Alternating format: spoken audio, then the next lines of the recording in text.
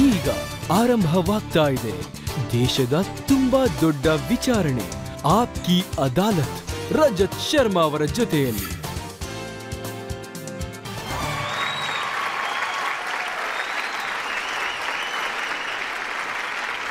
ನಮಸ್ಕಾರ. ಆಪ್ಕಿ ಅದಾಲತ್ಗೆ ನಿಮ್ಮೆಲ್ಲರಿಗೂ ಸ್ವಾಗತ. ಆಪ್ಕಿ ಅದಾಲತ್ನಲ್ಲಿ ಇವತ್ತು ನಮ್ಮ ಅತಿಥಿಯಾಗಿರೋರು ಫಿಲಂ ಇಂಡಸ್ಟ್ರಿಯ ಒಬ್ಬರು ಮಿನುಗು ನಕ್ಷತ್ರ ಆದವರು. ಅವರು ನಿಮ್ಮೆಲ್ಲರನ್ನ ರಂಜಿಸಿದರೆ ನೀವು ಅವರಿಗೆ ತುಂಬಾನೇ ಪ್ರೀತಿ ಕೊಟ್ಟಿದ್ದೀರಾ. ಕಾಮಿಡಿ ಆಗ್ಲಿ, ಟ್ರಾಜಿಡಿ ಆಗ್ಲಿ, ಎಲ್ಲ ಪಾತ್ರದಲ್ಲೂ, ಆಕ್ಷನ್ ಆಗ್ಲಿ, ಎಮೋಷನ್ ಆಗ್ಲಿ, ಪ್ರತಿ ರೋಲಲ್ಲೂ ನೀವು ಅವರನ್ನ ತುಂಬಾ ಮೆಚ್ಕೊಂಡಿದ್ದೀರಾ. ಇವರು ಎಂಥ ಸೂಪರ್ ಸ್ಟಾರ್ ಅಂದ್ರೆ, ಇವರ ಹಾಡುಗಳಿಗೆ ಜನ ಈಗ್ಲೂ ನಲಿದಾಡ್ತಾರೆ, ಇವರ ನಗುಗೆ ಜನ ಈಗ್ಲೂ ಮರಳಾಗ್ತಾರೆ. Please welcome hero number 1 Govinda.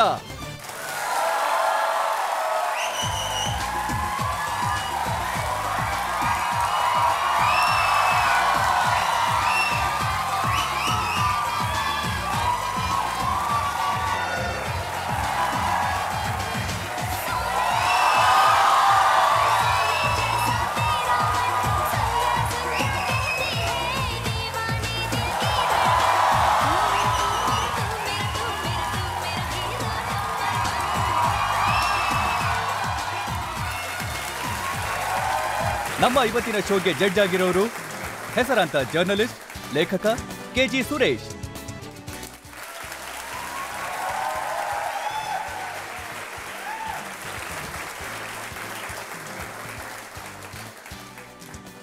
ನಾವು ಇವತ್ತಿನ ಆರೋಪ ಮತ್ತು ಪ್ರಶ್ನೋತ್ತರಗಳನ್ನ ಶುರು ಮಾಡೋ ಮೊದಲು ಇವತ್ತಿನ ಜಡ್ಜ್ ಕೆಜಿ ಸುರೇಶ್ ಅವರ ಅಪ್ಪಣೆ ಕೋರ್ತೇವೆ ವಿಚಾರಣೆಯನ್ನ ಶುರು ಮಾಡೋದಕ್ಕೆ.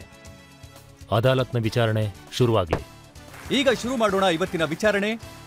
ಆಪ್ಕಿ ಅದಾಲತ್ನಲ್ಲಿ ಮೊದಲ ಆರೋಪ ಸೂಪರ್ ಸ್ಟಾರ್ ಗೋವಿಂದ ಅವರ ಮೇಲೆ. ಆಪ್ಕಿ ಅದಾಲತ್ನಲ್ಲಿ ಫಿಲ್ಮ್ ಸ್ಟಾರ್ ಗೋವಿಂದ ಮೇಲಿರೋ ಆರೋಪ ಏನಂದ್ರೆ, ಇವರು ಅದೃಷ್ಟದಿಂದ ಸೂಪರ್ ಸ್ಟಾರ್ ಆದ್ರಂತೆ. ಗೋವಿಂದ, ಜೂನ್ 1986ನ ಒಂದು ಮ್ಯಾಗಝಿನ್ ನನ್ನ ಹತ್ರ ಇದೆ. ಇದರ ಆರ್ಟಿಕಲ್ 1ರಲ್ಲಿ ಗೋವಿಂದ ಚಿನ್ನದ ಕೋಳಿ ಅಂತಿದೆ. ಇಲ್ಲಿ ಬರೆದಿದ್ದಾರೆ, 21 ವರ್ಷದಲ್ಲಿ ಯಾರಿಗೂ ಗೊತ್ತಿಲ್ಲದ ಹುಡುಗ 22ನೇ ವರ್ಷದಲ್ಲಿ ಆತ 50 ಫಿಲ್ಮ್ ಸೈನ್ ಮಾಡಿಬಿಟ್ಟಿದ್ದ. ಈ ತರ ಮುಂಬೈ ಫಿಲಂ ಇಂಡಸ್ಟ್ರಿನಲ್ಲಿ ಯಾವತ್ತೂ ಆಗಿರ್ಲಿಲ್ಲ. ಹಾಗಾದ್ರೆ ಈ ಚಿನ್ನದ ಮೊಟ್ಟೆ ಇಡುವಂತ ಕೋಳಿ ಎಲ್ಲಿಂದ ಬಂತು? ಇವರಿಷ್ಟೊಂದು ಹೊಗಳಿದ್ಮೇಲೂ ನನ್ನ ಹೇಗ್ ಕೋಳಿ ಅಂತಾರೆ ಅಂತ ನನಗೆ ಗೊತ್ತಾಗ್ತಿಲ್ಲ. ನಾನೀಗ ಹೇಳೋದೇನು ಅಂದ್ರೆ, ಅಮ್ಮನಿಂದನೇ ಎಲ್ಲ ಮಾತೃದೇವೋಭವ. ನನಗೆ ಸಿಕ್ಕಿರೋದೆಲ್ಲ ಅಪ್ಪ ಅಮ್ಮನ ಆಶೀರ್ವಾದದಿಂದನೇ ಸಿಕ್ಕಿದೆ. ಮತ್ತೆ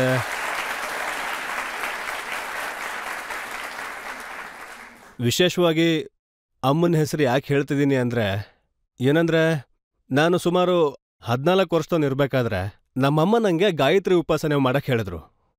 ನಾನು 24 ಲಕ್ಷ ಸಲ ಗಾಯತ್ರಿ ಉಪಾಸನೆ ಮಾಡಿದೆ. ನಾನು ಯಾವತ್ತೂ ಹೀರೋ ಥರ ಕಾಣಿಸ್ತಿರ್ಲಿಲ್ಲ. ಆಮೇಲೆ ಕಾಣಿಸೋಕೆ ಶುರುವಾದೆ. ಮತ್ತೆ ಜನನೂ ಫಿಲಮ್ನಲ್ಲಿ ಹೀರೋ ಆಗ್ತಾನೆ, ಅವನು ಅದೇ ಆಗೋದು ಅಂದರು. ಏನಾದರೂ ಮಾಡೇ ಮಾಡ್ತಾನೆ. ಅವಾಗ ನಾನು ಅಂತಿದ್ದೆ, ನೋಡಿ ನಾನೆಂತ ಹೀರೋ. ನಾನು ಹೆದರ್ತಿದ್ದೆ, ನಾಚ್ಕೋತಿದ್ದೆ. ನಂಗಂತೂ ನಾನು ಫಿಲ್ಮಲ್ಲಿ ಬರ್ತೀನಿ ಅಂತ ಅನಿಸ್ತಾನೆ ಇರಲಿಲ್ಲ. ಈ ಮೊದಲನೇ ಆರೋಪ ಎಷ್ಟು ಒಳ್ಳೆ ಆರೋಪ ಅಂದರೆ, ಇದು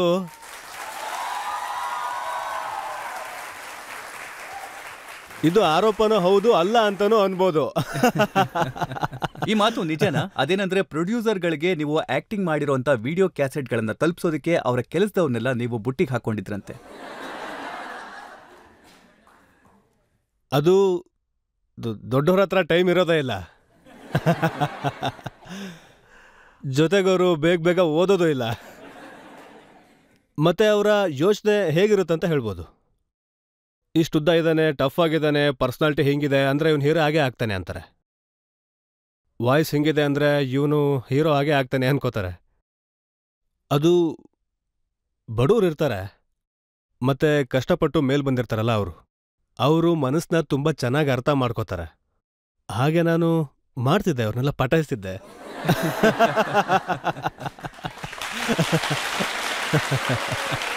ಮತ್ತೆ ನೀವು ಮೊದಲನೇ ಫಿಲಂ ಶುರು ಮಾಡಿದಾಗ ರೊಮ್ಯಾಂಟಿಕ್ ಸೀನ್ ಮಾಡುವಾಗ ನಿಮ್ಮ ಕಾಲ್ ಅಲ್ಲಾಡ್ತಿದ್ವು ಅಂತಾನೂ ನಮಗೆ ಗೊತ್ತಾಯ್ತಲ್ಲ. ಅದಕ್ಕೂ ಮುಂಚೆ ನನಗೂ ಗೊತ್ತಿರಲಿಲ್ಲ ಅದು. ನಾನು ಎಷ್ಟ್ರ ಮಟ್ಟಿಗೆ ಪೂಜೆ ಮಾಡ್ತಿದ್ದೆ ಅಂದ್ರೆ ನನ್ನ ಗಮನ ಆ ಕಡೆ ಹೋಗ್ಲೇ ಇಲ್ಲ. ಹೆಂಗನ್ನಿಸ್ತು ಅಂದ್ರೆ ಮೊದಲು ಊಟನೇ ಸಿಗ್ದಿದ್ದವನ್ಗೆ ತಟ್ಟೆ ತುಂಬ ಊಟ ಸಿಕ್ಕಂಗ ಆಗೋಯ್ತು.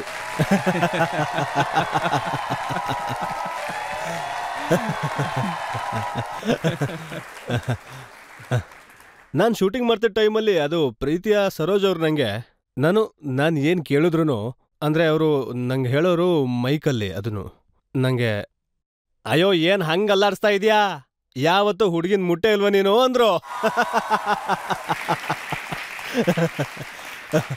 ಆಗ ನಾನಂದೆ, ಮ್ಯಾಮ್ ನಾನು ಯಾರ ಜೊತೆನೂ ರೊಮ್ಯಾನ್ಸ್ ಮಾಡಿಲ್ಲ ಅಂತ. ಏನು ಟಚ್ಚು ಮಾಡಿಲ್ವಾ? ನಾನು ಅದಕ್ಕೆ ಇಲ್ಲ ಮ್ಯಾಮ್, ಅದು ನಂಗೆ ಅದಕ್ಕೆ ಟೈಮೇ ಸಿಗಲಿಲ್ಲ, ಆ ಕಡೆ ನಾನು ಯಾವತ್ತೂ ಯೋಚನೆ ಮಾಡಿಲ್ಲ ಏನು ಮಾಡಲಿ ಅಂತ ಹೇಳಿದೆ. ನಾನಂತೂ ಗಾಯತ್ರಿ ಮಂತ್ರ ಓದ್ತಿದ್ದೆ. ಆವಾಗ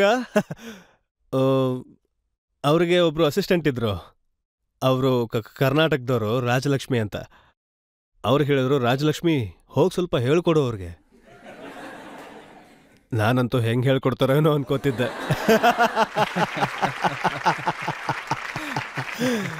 ಅವ್ರು ನನ್ನ ಸಮುದ್ರ ತೀರಕ್ಕೆ ಕರ್ಕೊಂಡು ಹೋದ್ರು.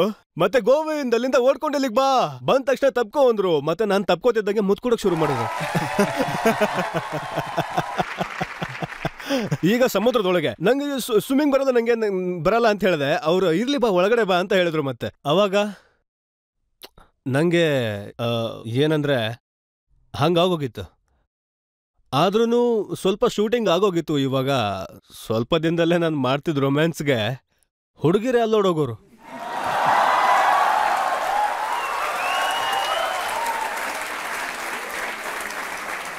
ಥೋಡೆ ದಿನ್ ಕರ್ತೆ ಕರ್ತೆ ಯೇ ಹಾಲ್ ಹೋ ಗಯಾ, ಸರ್ ಕೈಲೋ ಕಟಿಯಾ ಜಾಡಾ ಲಗೆ.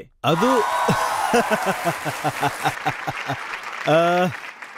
ನನ್ನ ಫಿಲ್ಮ್ಗಳ ಹಾಡೇನಿದೆ ನಿಮ್ಗಂತೂ ಗೊತ್ತಿರೋದೇ. ಅದು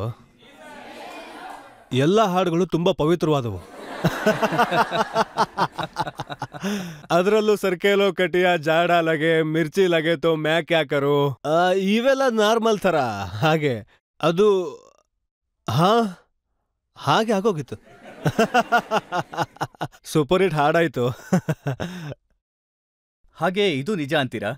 ನೀವು ಕತೆನೇ ಕೇಳ್ದ ಹಾಗೆ ಫಿಲ್ಮ್ ಬಗ್ಗೆ ಏನೂ ತಿಳ್ಕೊಳ್ದೆ ಸೈನ್ ಮಾಡ್ಬಿಡ್ತಿದ್ರಂತೆ. ಹೌದು.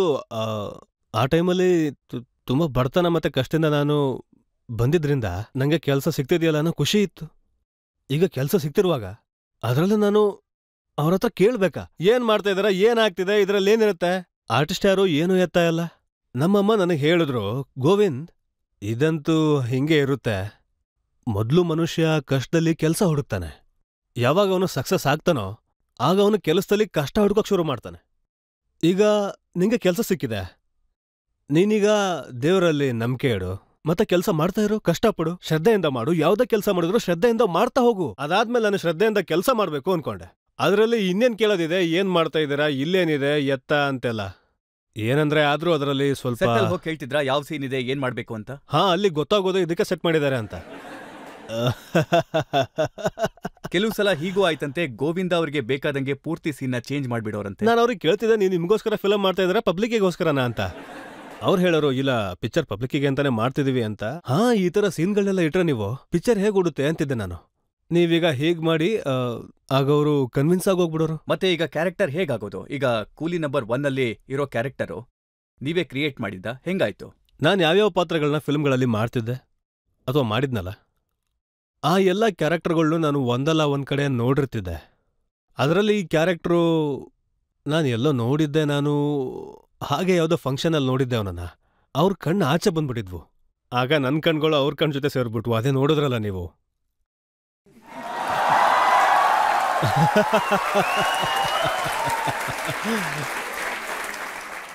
ಅದು ಹೀಗೆ, ಅದು ಬೇಜಾಂತರ ಜನ ಇರ್ತಾರೆ, ಅವರು ಹೀಗೇನೆ. ಅದು ನಂಗಂತೂ ಇಷ್ಟ ಆಯಿತು, ತುಂಬ ಇಂಟ್ರೆಸ್ಟಿಂಗ್ ಕ್ಯಾರೆಕ್ಟರ್ ಅನಿಸ್ತು.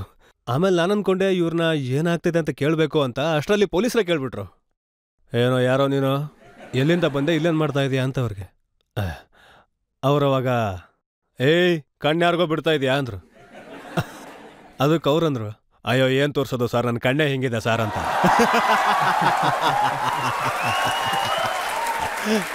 ಆಗ ನಂಗೆ ಅನಿಸ್ತು ಈ ಪಾತ್ರ ಅಂತೂ ಬೊಂಬಾಟಾಗಿದೆ ಅಂತ. Very good. ಪಾಪ ನಾನು ನೋಡಿದ್ದವನಿಗೆ ಗೊತ್ತೇ ಆಗ್ಲಿಲ್ಲ. ಹಾಗೆ ಅದಂತೂ ಹಿಟ್ ಆಗೋಯ್ತು. ನಾನು ಖಾದರ್ ಖಾನ್ ಅವ್ರ ಜೊತೆ ಶೂಟಿಂಗ್ ಮಾಡ್ತಿರ್ಬೇಕಾದ್ರೆ ಶೂಟಿಂಗ್ಗೆ ನಿಂತೋಯ್ತು. ಯಾಕಂದ್ರೆ ತುಂಬಾ ಹೊತ್ತಾಯ್ತು. 8 ಗಂಟೆ 9 ಗಂಟೆ ಆಗೋಗಿತ್ತು. ಅವ್ರು ಹೇಳಕ್ ಶುರು ಮಾಡಿದ್ರು, ಗೋವಿಂದ ಯಾವಾಗ ಇಷ್ಟೊಂದು ಯೋಚನೆ ಮಾಡಕ್ ಶುರು ಮಾಡ್ದ, ಶಾರ್ಟ್ಸ್ಗೋಸ್ಕರ ಕ್ಯಾರೆಕ್ಟ್ರು ಅದು ಇದು ಅಂತೆಲ್ಲ. ನಾನಂದೆ ನಂಗೆ ಒಂದೇ ತರ ಅನಿಸ್ತಿದೆ, ನಾನು ನೀವು ಮಾಡ್ತಾ ಇರೋದು, ನೀವು ಅಪ್ಪ ನಾನ್ ಮಗ, ನೀವು ಮಾವ ನಾನ್ ಅಳಿಯ. ನಿಮ್ಗೆ ಹಿಂಗ್ ಅನಿಸ್ತಿಲ್ವಾ? ಅದು ಪಿಕ್ಚರ್ ಅದೇ ತರ ಬರ್ತಾ ಇದೆ ಅಂತ ಅನಿಸ್ತಿಲ್ವಾ? ನನ್ನ ಪಾತ್ರನ ಹಂಗೆ ಮಾಡಿದಾಗ ನಂಗೆ ನೆನಪಾಯ್ತು. ಅವಾಗ ನಾನು ಹೇಳ್ದೆ ಅವ್ರಿಗೆ, ನೀವೇನೋ ಅನ್ಕೊಂಡಿಲ್ಲ ಅಂದ್ರೆ ನಾನು ಈ ಥರ ಆ್ಯಕ್ಟಿಂಗ್ ಮಾಡಿ ತೋರಿಸ್ಲ ನಿಮಗೆ ಅಂತ. ಆಗ ಈ ಸೀನ್ ಶೂಟ್ ಆಯಿತು, ಮತ್ತು ಆಮೇಲೆ ಈ ಸೀನ್ ಹಿಟ್ ಆಗೋಯ್ತು. ಹಾಗೆ ಆಫ್ಟರ್ 9 hours, ಎಕ್ಸಾಕ್ಟ್ಲಿ 9 hours, ಕೂಲಿ ನಂಬರ್ 1 ಶೂಟಿಂಗ್ ಶುರುವಾಯ್ತು. ಒಂದು ಪಂಜಾಬಿ ಕ್ಯಾರೆಕ್ಟರ್ ನೀವು ಕ್ರಿಯೇಟ್ ಮಾಡಿದ್ರಿ, ಅದರ ಕೂದಲು ಸ್ವಲ್ಪ ಬೆಳ್ಳಗಾಗಿತ್ತು. ಹಸಿನೆ ಮಂಜ ಆಗಿ. ಹೌದು. ಹಾಂ, ಅದೇನಾಯ್ತು ಅಂದರೆ ನಾನು ಹೀಗೆ ಅದೇ ಥರ ಇನ್ನೊಬ್ರು ನೋಡಿದಾಗ ಇವರ ಕಥೆನೇ ಒಂಥರ ಬೇರೆ ಥರ ಇದೆಯಲ್ಲ ಅಂತ ಅನಿಸ್ತಿತ್ತು ನನಗೆ. ಅವನಿಗೆ ಏನೇ ಪ್ರಶ್ನೆ ಕೇಳಿದ್ರು ಉಲ್ಟನೇ ಉತ್ತರ ಕೊಡ್ತಿದ್ದ ಆಸಾಮಿ. ಅವನು ಹಾಗೆ ಇದ್ದ, ನೋಡ್ದಾಗ ಬೇರೆ ಥರನೇ ಕಾಣಿಸ್ದ. ಪಾಪ ಅವನಿಗೂ ಗೊತ್ತಿಲ್ಲ ಹಂಗಾಗುತ್ತೆ ಅಂತ. ಅವನಿಗೆ ಕೇಳ್ದೆ, ಏನು ಮಾಡ್ಕೊಂಡಿದ್ಯಾ? ಇಲ್ಲಿ ನನ್ನ ಯಾರು ಗುರುತ ಹಿಡಿತಿಲ್ಲ, ನಿನ್ ಕೇಳಕ್ ಶುರು ಮಾಡ್ದ್ಯಾ ಅಂದ. ಈಗ ನೋಡಿದ್ರೆ ಹಿಂಗಿದ್ಯಾ ಅಂತ ಬೇರೆ ಕೇಳ್ತಿದ್ಯಾ?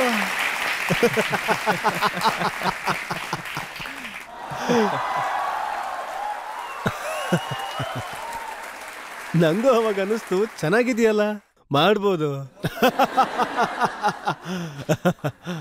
ಮತ್ ಹಾಗೆ ನಾನು ಅನ್ಕೊಂಡೆ, ಈ ಟೈಮ್ ಪಾಸ್ ಮಾಡಬೇಕು ಈ ಮನುಷ್ಯನ ಜೊತೆಗೆ ಅಂತ. ಏನಾಯ್ತು ಸರ್ ಇಷ್ಟೊತ್ತು ಬೈತಿದ್ರಲ್ಲ ಅಂದೆ. ಯಾರು ನೀನು? ಅಯ್ಯೋ ನಾನಂದೆ, ಕಾಮಿನಿ ಅವ್ರ ತಮ್ಮ, ನಾನು ಜೊತೆಗೆ ಬಂದಿದ್ದೀನಿ ಇಲ್ಲಿಗೆ ಅಂತ. ಹೌದಾ, ನೀನಾ ನಿಮ್ಮ ಅಕ್ಕನ? ನಾನು ಹ್ಞೂ ಅಂದೆ. ಅವಳಲ್ಲೇನು ಕೊಡ್ತಿದ್ಲು ಕಣೋ, ಅವಳೆಲ್ಲ ಹಿಂಗೆ ನೋಡಿ ಹಿಂಗೆ ನನಗೂ ಇಷ್ಟ ಆಯ್ತು.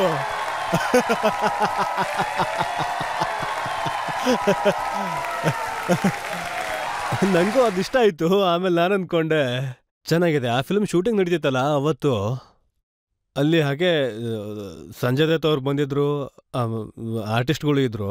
ಆವಾಗ ನಾನು ಅಂದ್ಕೊಂಡೆ, ಇದು ಚೆನ್ನಾಗಿದೆ, ಪಂಜಾಬಿನೂ ಚೆನ್ನಾಗಿದೆ ಅಂತ. ಅದು ತಾತನ ರೋಲ್ ಆಗಿತ್ತು. ಕೊನೆಗೆ ಆ ರೋಲ್ನು ಆ ಫಿಲಮಲ್ಲಿ ಮಾಡಿದೆ ನಾನು. ಒಂದು ನಾಕ್ವಾಡ ಏನೋ ನೀವು ಸಜೆಸ್ಟ್ ಮಾಡಿದ್ರಂತಲ್ಲ, ಬೇರೆಯವ್ರಿಗೆ ಅದನ್ನ ಮಾಡೋದು ಕಷ್ಟ ಅನ್ಸಿತ್ತಂತಲ್ಲ? ಹಾ, ನಾಗ್ಪಡೋದು ಏನ್ ವಿಶೇಷತೆ ಅಂದ್ರೆ ಅವನ ಹೆಸರು ನಾಗ್ಪಡ ಅಂತಾನೆ. ಅಂದ್ರೆ ಮಾತಾಡೋ ಪ್ರತಿ ಶಬ್ದದಲ್ಲೂ ನಾವು ಬಂದೇ ಬರುತ್ತೆ. ಅದು ನಂಗಾಗ ತುಂಬ ಇಷ್ಟ ಆಯಿತು ಉಪಯೋಗ ಮಾಡೋದಕ್ಕೆ. ಮನ್ಸಿಂದನೂ ಅದು ದಿನದಿಂದನೂ ನನ್ನ ಮನ್ಸಲ್ಲೇ ಇತ್ತು. ಆಗ ನಾನು ಅನ್ಕೊಂಡೆ, ನಾನು ಒಂದ್ ಸೀನ್ ಈ ಥರ ಎಲ್ಲಾದ್ರೂ ಮಾಡಬೇಕು ಅಂತ. ನಂಗಾಗ ಸತೀಶ್ ಕೌಶಿಕ್ ಅವರು ತುಂಬ ಚೆನ್ನಾಗಿ ರೆಡಿಯಾಗಿ ಕೂತಿದ್ರು. ಅವ್ರ ಡೈಲಾಗ್ನ ಬರ್ಕೊಳ್ಳೋರು, ಅವರು ರೆಡಿ ಆಗ್ಬಿಡೋರು. ಅವ್ರು ರೆಡಿಯಾಗಿ ಕೂತ್ಕೊಂಡಿದ್ರು. ಆ ಟೈಮ್ನಲ್ಲಿ ಏನಾಗಿತ್ತು ಅಂದ್ರೆ, ನಾನು ಎಲ್ಲಾದ್ರೂ ಹೋದ್ರೆ ಅಂದ್ರೆ ಅದು ನನ್ನ ಎಕ್ಸರ್ಸೈಸ್ಗೆ ಟೈಮ್ ಆಗ್ತಿತ್ತು. ಅಯ್ಯೋ ಇವರು ಏನ್ ಮಾಡ್ಕೊಂಡ್ ಬರ್ತಾ ಇದಾರೆ, ಇವ್ರು ಡೈಲಾಗ್ ಹೇಗೆ ನೋಡ್ಕೋತಿದ್ರು. ಆಗ ನಾನು ಮತ್ತೆ ಆ ಡೈಲಾಗ್ನ ಅಲ್ಲೇ ಬರೆದ್ಬಿಟ್ಟೆ. ಅದು ತಪ್ಪು ಅಂತ ಹೇಳ್ತಿರೋನೋ ಇವಾಗ ನಾನು ಅದನ್ನ ಇಲ್ಲ, ಹೇಳ್ಬೋದು. ಆಕ್ಚುಲಿ ಇದು ಜನರ ವೇದಿಕೆ, ಜನ ಬೇಕು ಅಂತಂದ್ರೆ ನೀವು ಹೇಳ್ಬೋದು. ನಿಮ್ಗೆ ಬೇಕಾ?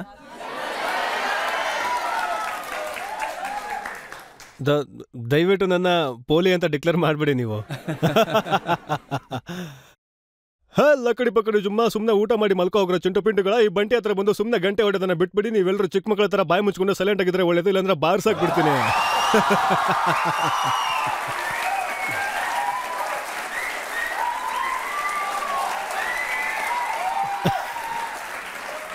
ಇಷ್ಟೆಲ್ಲ ತುಂಬಾ ಫಿಲ್ಮ್ಗಳನ್ನ ನೀವು ಮಾಡ್ತಿದ್ರಿ ಒಟ್ಟೊಟ್ಟಿಗೆ.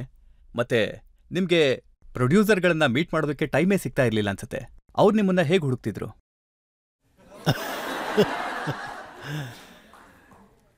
ತುಂಬಾ ರೀತಿಯ ಪ್ರೊಡ್ಯೂಸರ್ಗಳು ನಂಗೆ ಆ ಟೈಮ್ನಲ್ಲಿ ಸಿಕ್ಕಿದ್ರು. ಅಂತಂದ್ರೆ ಅವರು ಪ್ರೊಡ್ಯೂಸರ್ ಯಾರಾಗಿಲ್ವೋ ಅವರು ಪ್ರೊಡ್ಯೂಸರ್ ಆಗೋಗಿದ್ರು.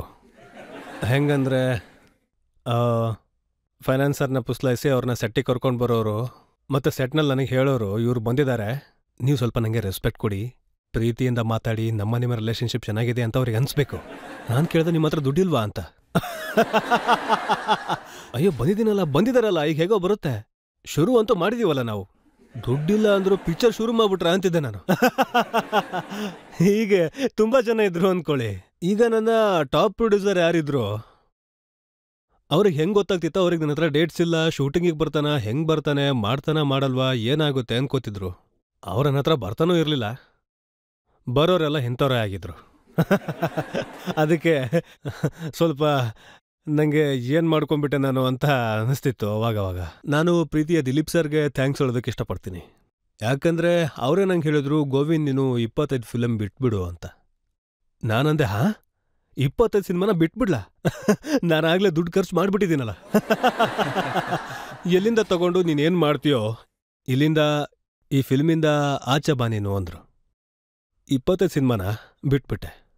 ಅದು ಪ್ರೊಡ್ಯೂಸರ್ ಯಾರ್ಯಾರಿದ್ರೂ ಇಂಥವ್ರೆಲ್ಲ ಸಿಕ್ಕಿದ್ದು ನಂಗೆ ಆ ಟೈಮಲ್ಲಿನೇ. ಆ ಫಿಲಮ್ ಬಿಟ್ಟಿದ್ರೂ ನಾನು 49 ಫಿಲಮ್ ಮಾಡ್ತಿದ್ದೆ ಆಗ.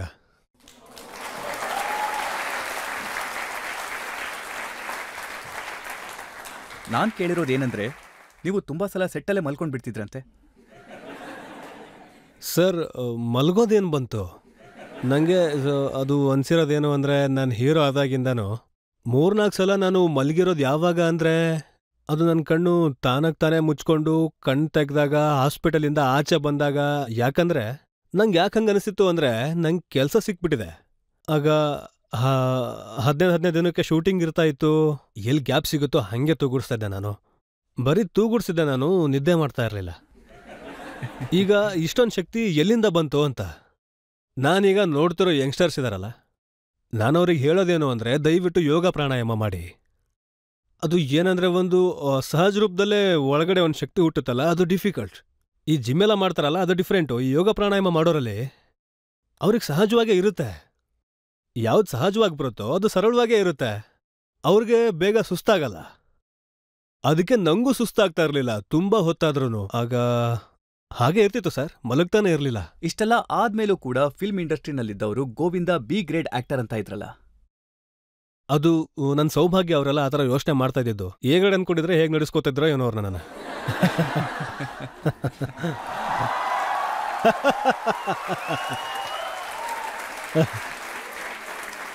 ಹೀಗೆ ಇರೋದು.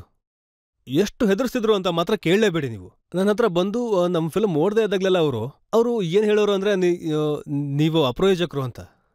ಅಯ್ಯೋ, ನಿನ್ನ ವಾಯ್ಸ್ ಚೆನ್ನಾಗಿಲ್ವಲ್ಲ ಅನ್ನೋರು. ವಾಯ್ಸ್ ಚೆನ್ನಾಗಿಲ್ಲ, ಎಲ್ಲಿ ನಡಿ, ಹೇಗೆ ನಡೀತೀಯ ನೋಡೋಣ, ನೀನು ಹೀಗಲ್ಲ, ಹೀಗೆ ಬಾ ಅಂತ ಹೇಳೋರು ನನಗೆ. ಮತ್ತು ನಿನ್ನ ಬಾಡಿನೂ ಚೆನ್ನಾಗಿಲ್ಲ ಕಣೋ, ಹೇಗೆ ಬೇಕೋ ಹಾಗಿಲ್ಲ ನೀನು, ಹೈಟು ವೇಟೆಲ್ಲ ಬೇಕಾಗುತ್ತೆ, ಹೀಲ್ಸ್ ಹಾಕೋ, ಏನು ಹೀಗಿದೆಯಾ ಅನ್ನೋರು ನನಗೆ. ಅವ್ರು ನಮ್ಮ ಮನ್ಸನ್ನ ಎಷ್ಟು ಕೆಡ್ಸೋರು ಅಂದರೆ, ನಾವೆಲ್ಲಾದರೂ ಓಡೋಗ್ಬಿಡ್ಬೇಕು ಅನ್ಸೋದು ನನಗೆ. ಅದೇ ನೀವು ಹಿಟ್ಕೊಟ್ರೆ ಹಿಟ್ಟಾಯಿತು, ಆದರೆ ಅಷ್ಟೊಂದಾಗಲಿಲ್ಲ. ಅಷ್ಟೊಂದಂದರೆ ಏನು? ಹಾಗೆ ಫಿಲ್ಮ್ ಇನ್ನೂ ಹಿಟ್ಟಾದರೆ, ನೀವು ಗೆದ್ಬಿಟ್ರೆ, ತುಂಬ ಗೆದ್ಬಿಟ್ರೆ ಹೆಚ್ಚಾಯಿತು ನಿಂದು. ಏನೋ ಸಿಕ್ಕಿದೆ ಬಿಡು, ನಿನ್ನಿಂದ ಅಂತ ಸಿಕ್ಕಿಲ್ವಲ್ಲ ಅದು. ನಾನು ಯಾವತ್ತೂ ಅದಕ್ಕೆಲ್ಲ ಕ್ಯಾರೇನೂ ಅನ್ಲಿಲ್ಲ. ನಾನು ಹೇಳಿದೆ ಆಯ್ತು. ಆದ್ರೆ ನಿಮ್ಗೆ ಈ ಯೋಚನೆ ಕಾಡ್ತಾ ಇರುತ್ತಾ, ನಿಮ್ಗೆ ಅವಾರ್ಡ್ ಸಿಗದೆ ಇರೋದು? ತಪ್ಪು ತಿಳ್ಕೊಬಿಡಿ ಸರ್, ನನಗೆ ಕ್ಷಮಿಸ್ಬಿಡಿ ನೀವು. ನಂಗಿದಕ್ಕೆ ಉತ್ತರ ಕೊಡಬೇಕು ಅಂದರೆ ಹೆದರಿಕೆ ಆಗುತ್ತೆ, ಹೇಳ.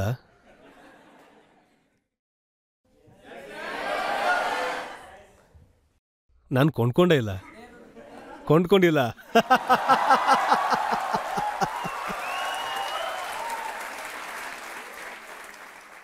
ಅದೇನು ಅಂದರೆ, ಫಿಲ್ಮ್ಗಳು ಅವಾರ್ಡ್ ಇದಾವಲ್ಲ, ಇವು ಹೆಂಗೆ ಸಿಗ್ತಿದ್ವು ಅಂದರೆ, ನಾವು ನಮ್ಗೆ ಯಾಕೆ ಹಿಂಗೆ ಆಗ್ತಾ ಇದೆ ಅಂತ ಚಿಂತೆ ಮಾಡ್ತಿದ್ವಿ ಅವಾಗ. ಇಷ್ಟೊಂದು ಪಿಕ್ಚರ್ ಹಿಟ್ಟಾದರೂ ಒಟ್ಟೊಟ್ಟಿಗೆ ಹಿಟ್ ಆಗ್ತಿದ್ವು. ಅವಾರ್ಡ್ ಕೂಡ ಸಿಗ್ತಾನೆ ಇಲ್ಲ ನಮಗೆ. ಹೇಗೆ ಅಂತ ಆಮೇಲೆ ಗೊತ್ತಾಗಕ್ಕೆ ಶುರುವಾಯಿತು. ಆಗ ಯಾರೋ ಒಬ್ಬರು ಜೇಬಿಂದ ದುಡ್ಡೇನಾದರೂ ಈಚೆ ಬಂದರೆ ಆಮೇಲೆ ಅದು ಅವಾರ್ಡ್ ಅವ್ರ ಕೈಗೆ ಸೇರುತ್ತೆ. ಓ ಹೌದಾ, ಇದು ಹಿಂಗ.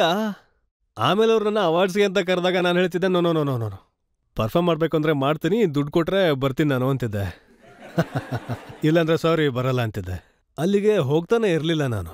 ಆದ್ರೆ ಕೆಲವು ಫಿಲಮ್ಗಳಂತೂ ಇದ್ವು ಗೋವಿಂದ, ಅದಕ್ಕೆ ನಿಮ್ಗೆ ಅವಾರ್ಡ್ ಸಿಗ್ಬೋದಾಗಿತ್ತು. ಅಂದ್ರೆ ಗದರ್, ಅದನ್ನ ಆಮೇಲೆ ಸನ್ನಿ ಡಿಯೋಲ್ ಮಾಡಿದ್ರು, ನೀವದನ್ನ ರಿಜೆಕ್ಟ್ ಮಾಡಿದ್ರಂತಲ್ಲ. ಅದು ನನ್ಗೆ ಆ ಫಿಲಮ್ ಕಥೆನ ಅನಿಲ್ ಶರ್ಮಾ ಅವರು ಹೇಳ್ತಿರ್ಬೇಕಾದ್ರೆ ಅದರಲ್ಲಿ ಎಷ್ಟು ಬೈಗುಳಗಳಿದ್ವು ಅಂದರೆ, ನಾನು ಯಾವ ವ್ಯಕ್ತಿ ಜೊತೆಗೂ ಜಗಳ ಮಾಡೋದಕ್ಕೆ ಹೋದವನೇ ಅಲ್ಲ. ನೀವೇನು ಇಲ್ಲಿ ಎಲ್ಲಿ ಸ್ಟೇಟು ದೇಶ ಅಂತ ಏನೇನೋ ಹೇಳ್ತಿದ್ರಲ್ಲ ಅಂತ ಅನ್ಕೊಂಡೆ.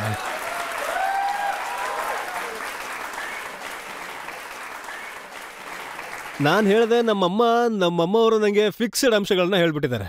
ನಮ್ಮಮ್ಮ ಏನು ಹೇಳಿದ್ದಾರೆ ಅಂದರೆ, ಗೋವಿಂದ್, ನಿನ್ನ ಬಿಟ್ಟು ಇನ್ನೊಬ್ಬ ಗೋವಿಂದ್ ಇಲ್ಲ ಇಲ್ಲಿ ಅಂತ. ಇರೋದು ನೀನೊಬ್ಬನೇ. ನೀನು ಹಾರ್ಡ್ ವರ್ಕ್ ಮಾಡೋವರೆಗೂ ತುಂಬ ರಿಸ್ಕ್ ತಗೋಬೇಡ ಕೆಲವೊಂದಿಷ್ಟು ವಿಚಾರಗಳಲ್ಲಿ. ಅದು ಹೆಂಗನಿಸ್ತು ಅಂದರೆ, ಜನರ ಮನಸ್ಸಿಗೆ ಇವನೊಬ್ಬ ಸ್ಟಾರ್. ಅದು ಹೇಗನ್ನಿಸ್ತು ಅಂದರೆ, ಅದು ನಿಮ್ಮ ಪರಿಧಿನ ಮೀರಿ ನೀವು ಬೇರೆ ಏನೋ ಮಾಡ್ತಾ ಇದ್ದೀರಾ ಅಂತ. ಮತ್ತು ನೀನು ಹೇಗಿರಬೇಕು ಅಂದರೆ, ನೀನು ನಗ್ತಿರ್ಬೇಕು, ಯಾವಾಗಲೂ ಡ್ಯಾನ್ಸು ಹಾಡು ಮಾಡಬೇಕು, ಆಗ ನೀನು ಗೋವಿಂದ ಅನಿಸ್ತೀಯ. ಮತ್ತಿದು ಅಮ್ಮನ ಬಯಕೆ ಆಗಿತ್ತು, ಅದಕ್ಕೆ ನಾನು ಆ ಪಿಕ್ಚರ್ ಮಾಡಲಿಲ್ಲ. ತುಂಬ ಬೈಗಳಾಯ್ತು ಸರ್, ನಾನು ಅದನ್ನು ಇಲ್ಲಿ ಡಿಸ್ಕಸ್ ಕೂಡ ಮಾಡೋಕ್ಕಾಗೋದಿಲ್ಲ. ಯಶ್ ಚೋಪ್ರಾ ಅವರ ಚಾಂದಿನಿ ಕೂಡ ನಿಮ್ಮ ಅಮ್ಮನೇ ಬೇಡ ಅಂದಿದ್ರ? ಅದನ್ನ ನಾನೇ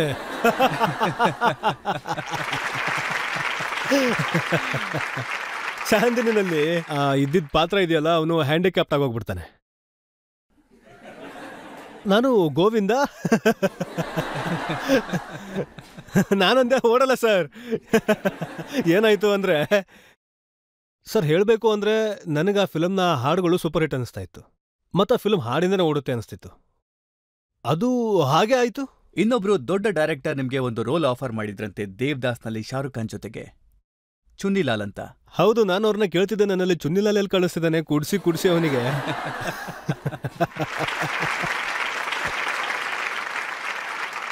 ಮತ್ತೆ ಇನ್ನೊಂದು ವಿಚಾರ ಸರ್, ನಾನು ಆ ಟೈಮಲ್ಲಿ ಸೂಪರ್ ಸ್ಟಾರ್ ಆಗಿದ್ದೆ. ಏನಂದ್ರೆ ಅದು ಏನಂದ್ರೆ, ನನಗೆ ಈ ಕ್ಯಾರೆಕ್ಟರ್ ಓಕೆ, ನೀವು ಟಾಪ್ ಡೈರೆಕ್ಟರ್ ಇದ್ದೀರಾ, ನೋ ಪ್ರಾಬ್ಲಮ್.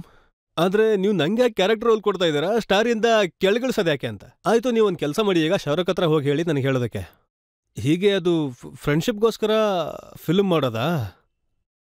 ಸರಿ, ಹಾಗಾದ್ರೆ ಅಂಥ ಫಿಲಮ್ ಮಾಡಲ್ಲ ನಾನು. ನಾನಂದೆ, ನೀನು ದೊಡ್ಡ ಸ್ಟಾರು, ನಿನ್ನ ಜೊತೆ ಟಾಪ್ ಡೈರೆಕ್ಟರ್ ಇದ್ದಾರೆ, ನಾನು ಈ ಫಿಲಮ್ ಮಾಡ್ತೀನಿ ಅಂತ. ಸರಿ, ಹೀಗೆ ಮಾಡಲ್ಲ ನಾನು. ಅದಕ್ಕೆ ನಾನು ಮಾಡಲಿಲ್ಲ. ಪ್ರೀತಿ ಏನೋ ಇದೆ ಅದು, ಆದರೂ ನಾವ್ಯಾವತ್ತೂ ಒಟ್ಟಿಗೆ ಪಿಕ್ಚರ್ ಮಾಡಲೇ ಇಲ್ಲ ಶಾರುಖ್ ಜೊತೆ. ಆದರೆ ತುಂಬ ಒಳ್ಳೆಯವನವನು, ತುಂಬಾ ಒಳ್ಳೆ ವ್ಯಕ್ತಿತ್ವ ಇರೋ, ನಡತೆ ಇರೋ ಅಂಥ ವ್ಯಕ್ತಿ ಅವನು. ಸುಭಾಷ್ ಗಾಯ್ ನಿಮ್ಗೆ ತಾಲಲ್ಲಿ ಬರೋ ರೋಲ್ ಆಫರ್ ಮಾಡಿದ್ರಲ್ಲ, ಅದನ್ನ ಅನಿಲ್ ಕಪೂರ್ ಅವ್ರು ಮಾಡಿದ್ರು. ಹೌದು, ನಾನು ಹೇಳಿದೆ ಅವ್ರ ಹತ್ರ ಪಿಕ್ಚರ್ ಮಾಡಕ್ಕೆ ರೆಡಿದ್ದೀನಿ ಅಂತ. ನಾನು ಅವ್ರಿಗೆ ಹೇಳಿದೆ ತಾಲ್ ಟೈಟ್ಲ್ ಚೇಂಜ್ ಮಾಡಿ ಅಂತ. ಆ ಟೈಟ್ಲ್ ನನಗೆ ಇಷ್ಟ ಆಗಲಿಲ್ಲ. ಆಗ ಅವರು ಯಾವ ಜ್ಯೋತಿಷಿ ಹೇಳ್ದ ನಿಂಗೆ ಈ ಟೈಟ್ಲ್ ಸರಿ ಇಲ್ಲ ಅಂತ ಕೇಳಿದ್ರು. ಆಗ ಪಿಕ್ಚರ್ ಚೆನ್ನಾಗೇ ಓಡ್ತಿದ್ವು. ಅದು ಸ್ವಲ್ಪ ಕೊಬ್ಬಿತ್ತು, ಹಾರಾಡ್ತಾ ಇದ್ದೆ ನಾನು ಆಗ. ಎಷ್ಟು ಹಾರಾಡ್ತಿದ್ರಿ ಅಂದ್ರೆ, ನಿಮ್ಗೆ ಹಾಲಿವುಡ್ನಲ್ಲಿ ಆಫರ್ ಸಿಕ್ಕಿತ್ತಂತೆ ದೊಡ್ಡ ಫಿಲ್ಮ್ನ ಹೀರೋ ಆಗೋದಿಕ್ಕೆ, ಅದಕ್ಕೂ ಇಲ್ಲ ಅಂದಿದ್ರಂತೆ. ಅವತಾರ್ ಟೈಟ್ಲು ನಾನೇ ಕೊಟ್ಟಿದ್ದು. ಅದು ದೊಡ್ಡ ಸೂಪರ್ ಹಿಟ್ ಫಿಲ್ಮು ಆಯಿತು. ನಾನು ಅವ್ರಿಗೆ ಮುಂಚೆನೇ ಹೇಳಿದ್ದೆ ನಿಮ್ಮ ಫಿಲ್ಮ್ ಚೆನ್ನಾಗಿ ಓಡುತ್ತೆ ಅಂತ. ನಾನು ಅವ್ರಿಗೆ ಇನ್ನೊಂದೂ ಹೇಳಿದೆ, ಇದು ಬೇಗ ಆಗೋದಿಲ್ಲ ಅಂತ, ನೀವು ಪಿಕ್ಚರ್ ಮುಗಿಸೋದಕ್ಕೆ ಆಗಲ್ಲ ಅಂತ. ನಂಗೆ ಹಾಗೆ ಅನಿಸ್ತಾ ಇತ್ತು. ಅದಕ್ಕವರು ತುಂಬ ನನ್ನ ಮೇಲೆ ಕೋಪ ಮಾಡ್ಕೊಂಡಿದ್ರು. ಆಮೇಲೆ ನಾನು ಅವ್ರ ಊರಲ್ಲೇ ಇದ್ದೆ ಅಂತ ನನಗೆ ಅವಾಗ ಗೊತ್ತಾಯಿತು. ನಾನು ಅದನ್ನು ಹೇಳಿ ಹೊರಟ ಮೇಲೆ, ನೀನು ಯಾಕೆ ಹಾಗೆ ಹೇಳಿದೆ ಅಂತಂದ್ರು ಅವರು. ಈ ಪಿಕ್ಚರ್ ಬೇಗ ಆಗಲ್ಲ ಅಂತೆಲ್ಲ. ನೋಡಿ, ಅದು ನೀವು ಅವತಾರ ಮಾಡಬೇಕು ಅಂತಿದ್ದೀರಲ್ಲ, ಯಾವ ಥರ ಅವತಾರ ಮಾಡಬೇಕು ಅಂತಿದ್ದೀರಾ ಅಂದರೆ, ಅವನು ಒಬ್ಬ ಪರಮಾತ್ಮನ ಅಂಶ ಹೌದು, ಮತ್ತೆ ಹ್ಯಾಂಡಿಕ್ಯಾಪ್ ಕೂಡ. ನಾನು ಹೇಳಿದೆ ಇದು ಆಗಲ್ಲ ಅಂತ, ಇದು ಆಗೋದೇ ಇಲ್ಲ ಅಂದೆ. ಮತ್ತೆ ನಾನು ಯಾವ ಥರ ಮನುಷ್ಯ ಅಂದರೆ, ನಿಮಗೆ ಬೇಕಾಗಿರೋ 410 ದಿನದಲ್ಲಿ ಆಯುರ್ವೇದ, ಪತಂಜಲಿ ಏನೇನೋ ಮಾಡ್ತಿರ್ತೀನಿ ಅಂದರೆ, ಮತ್ತೆ ನೀವೇನು ಮಾಡ್ತೀರಾ ಅಂದರೆ ನನ್ನ ಬಾಡಿ ತುಂಬ ಕಲರ್ ಹಾಕ್ಬಿಡ್ತೀರಾ ನೀವು. ನನ್ನ ಕೈಲಿ ಅದು ಆಗೋದೇ ಇಲ್ಲ, ಸಾರಿ ಅಂತಂದೆ. ನಾನು ಅವ್ರಿಗೆ ಕ್ಷಮೆ ಕೇಳಿದೆ. ಆಮೇಲೆ ಹೇಳಿದೆ ಅವ್ರಿಗೆ, ಈ ಪಿಕ್ಚರ್ ಅಂತೂ ಸೂಪರ್ ಹಿಟ್ ಆಗುತ್ತೆ ಅಂತ. ಮತ್ತದು 9 ವರ್ಷ ಆದ್ಮೇಲೆ ರಿಲೀಸ್ ಆಯಿತು, 8-9 ವರ್ಷ ಆಯ್ತೇನೋ ಅನ್ಸುತ್ತೆ. ಆಮೇಲೆ ಅದು ಸೂಪರ್ ಹಿಟ್ ಆಯಿತು. ಸೊ ಇದರ ಅರ್ಥ ಏನಂದ್ರೆ, ನೀವು ಏನೇ ಮಾಡಿದ್ರು ನಿಮ್ ಇಷ್ಟದಂಗೆ ಮಾಡೋದು ಅಂತನಾ? ಆ ಹಾಡು ಕೊಟ್ಟಿದ್ರು ಸರ್ ನಂಗೆ, ಆ ಫಿಲ್ಮ್ ಹಾಡನ್ನ. ಸ್ವಲ್ಪ ಇರಿ, ನಿಮ್ಮ ಮೇಲೆ ಇನ್ನೊಂದು ಆರೋಪ ಇದೆ. ಈಗೊಂದು ಬ್ರೇಕ್ ತಗೊಳ್ತೀವಿ, ಮತ್ತೆ ಬ್ರೇಕ್ ಆದ್ಮೇಲೆ ಆಪ್ಕಿ ಅದಾಲತ್ನಲ್ಲಿ ಸೂಪರ್ ಸ್ಟಾರ್ ಗೋವಿಂದ ಮೇಲೆ ಆರೋಪ ಮತ್ತು ಪ್ರಶ್ನೆಗಳ ಸುರಿಮಳೆ. ಗೋವಿಂದ ಮೇಲೆ ಇನ್ನೊಂದು ಸುದ್ದಿ ಇತ್ತು. ಬಟ್ಟೆ ಹಾಕೊಳ್ಳುವಂತ ರೀತಿ ತುಂಬಾನೇ ಬೇರೆಯಾಗಿತ್ತು. ಹಳದಿ ಕೋಟ್, ಪರ್ಪಲ್ ಕಲರ್ನ ಶರ್ಟ್, ಬಿಳಿ ಶೂ. ನೀವೆಲ್ಲ ಈಗಿನ ಫಿಲ್ಮ್ ನೋಡ್ತಾ ಇದ್ದೀರಾ? ಎಷ್ಟೋ ಜನ ನಾನು ಬಟ್ಟೆ ಹಾಕೋತಿದ್ದೆ ಅಂತ ಖುಷಿ ಪಡೋರು.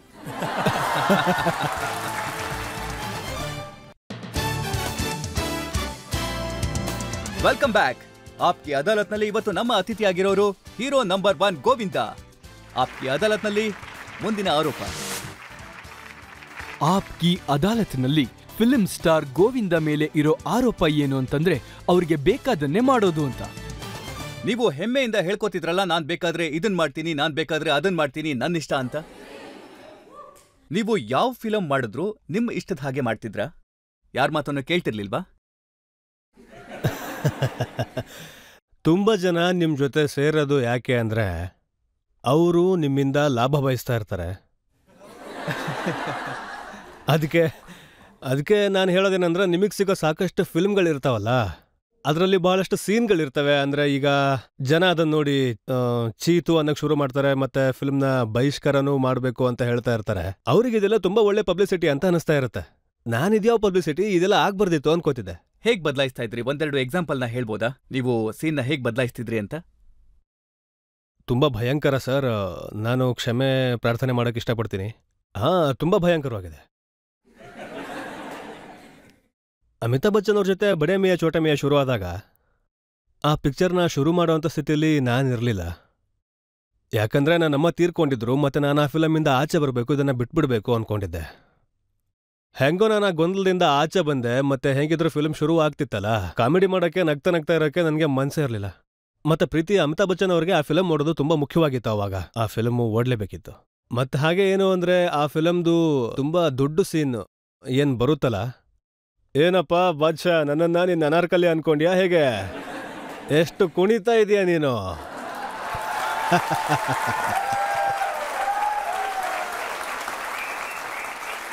ಇದನ್ನು ಬರ್ದಿದ್ದು ಯಾವಾಗ ಬರ್ದಿದ್ದು ಅಂದರೆ 2-3 ದಿನಕ್ಕೆ ಶೂಟಿಂಗ್ನ ಪ್ಯಾಕಪ್ ಮಾಡಿಬಿಟ್ವಿ. ಆವಾಗ ಅವರಂದ್ರು ಗೋವಿಂದ ಹೇಳಿದ್ಮೇಲೆ ಅವರು ನಿಜಾನ ಹೇಳ್ತಿರ್ಬೋದು. ರಮೇಶ್ ಮಲ್ಹೋತ್ರ ಅವ್ರು ಮಾಡಿದ ಫಿಲ್ಮು ದುಲೆ ರಾಜ ಕ್ಲೈಮ್ಯಾಕ್ಸ್ ಶೂಟ್ ಆಗೋವಾಗ ಪೂರ್ತಿ ಪಿಕ್ಚರಲ್ಲಿ ಕಾಮಿಡಿ ಇತ್ತು, ಹಾಡೆಲ್ಲ ಸೂಪರ್ ಹಿಟ್ ಆಗೋಗಿತ್ತು. ಮತ್ತಲ್ಲಿ ಮಷಿನ್ ಗನ್ನೆಲ್ಲ ತಗೊಂಡು ತುಂಬ ಜನ ಬರ್ತಾ ಇದ್ರು. ನಾನಿದೆಲ್ಲ ಯಾಕೆ ಬಂತಪ್ಪ ಅಂತ ಅನ್ಕೊಂಡೆ. ಮೋಸ್ಟ್ಲಿ ವಿಲನ್ ಹೈರ್ ಮಾಡಿರ್ಬೋದಾ? ನಾನು ಹೇಳಿದೆ, ಅದು ಹೇಗಾಗುತ್ತೆ ಗುರು, ಇದರಲ್ಲಿ ಕಾಮಿಡಿ ಪೂರ್ತಿ ಇದೆ. ಮತ್ತೆ ನಾನು ಹೇಳಿದೆ, ಪ್ರೇಮ್ ಚೋಪ್ರಾ ಅವರಿದ್ದಾರೆ, ಮತ್ತೆ ಈ ಮನೀಶ್ ಅವರೆಲ್ಲ ಇರುವಾಗ ನನ್ಗಂತೂ ಅನಿಸ್ತಾ ಇರಲಿಲ್ಲ ಇದರಲ್ಲಿ ಫೈಟ್ದೇನೋ ಅವಶ್ಯಕತೆ ಇದೆ ಅಂತ. ನಗ್ನಗ್ತಾನೆ ನಾನು ಕ್ಲೈಮ್ಯಾಕ್ಸ್ ಮುಗಿಸ್ತೀನಿ ಅನ್ಕೊಂಡಿದ್ದೆ. ನಾನು ಪೂರ್ತಿ ಕ್ಲೈಮ್ಯಾಕ್ಸ್ನ ಮತ್ತೆ ಬರೆದ್ಬಿಟ್ರು ಅವರು. ಅದು ಮೊದಲೇದಿದ್ದ ಆ್ಯಕ್ಷನ್ ಎಲ್ಲ ಕ್ಯಾನ್ಸಲ್ ಮಾಡಿಬಿಟ್ರು ಅವರು. ನಾನು ಫೈಟರ್ಸ್ನೆಲ್ಲ ಕರೆದು, ನೀವು ದಯವಿಟ್ಟು ನಿಮ್ಮ ಹಣ ತಗೊಳ್ಳಿ, ನನ್ನ ಬೈಕೋಬೇಡಿ ಅಂತ ಅಂದೆ ನಾನು. ಮತ್ತೆ ಶೂಟು ಆಗೋಯ್ತು, ಆ ಫಿಲಮ್ ಸೂಪರ್ ಹಿಟ್ ಆಗೋಯ್ತು. ಗೋವಿಂದ ಅವರೇ, ನಿಮ್ಮ ಬಗ್ಗೆ ಪ್ರೊಡ್ಯೂಸರ್ ಡೈರೆಕ್ಟರ್ ಏನ್ ಹೇಳೋದು ಅಂದ್ರೆ, ನೀವು ಲೇಟ್ ಲತೀಫ್ ಅಂತೆ. ಸೆಟ್ಗೆ ಲೇಟಾಗಿ ಬರೋದೇ ಗೋವಿಂದ ಅಭ್ಯಾಸ ಅಂತೆ.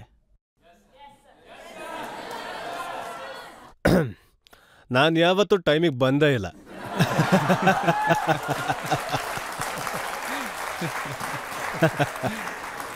ಈ ಆರೋಪ ಸರಿ ಇಲ್ಲ ಸರ್, ಈ ಆರೋಪ ಸರಿ ಇಲ್ಲ.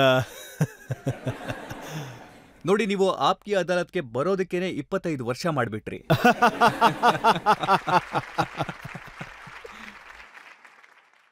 ನೋಡಿ, ಈಗ ಆಪ್ಕಿ ಅದಾಲತ್ಗೆ ನಾನು ಶುರುವಿಂದನೇ ಹೇಳ್ತಿದ್ದೆ ಏನಂದ್ರೆ 2017 ಬಂದಾಗ ನಾನು ನಿಮ್ಮ ಶೋಗೆ ಬರ್ತೀನಿ ಅಂತ.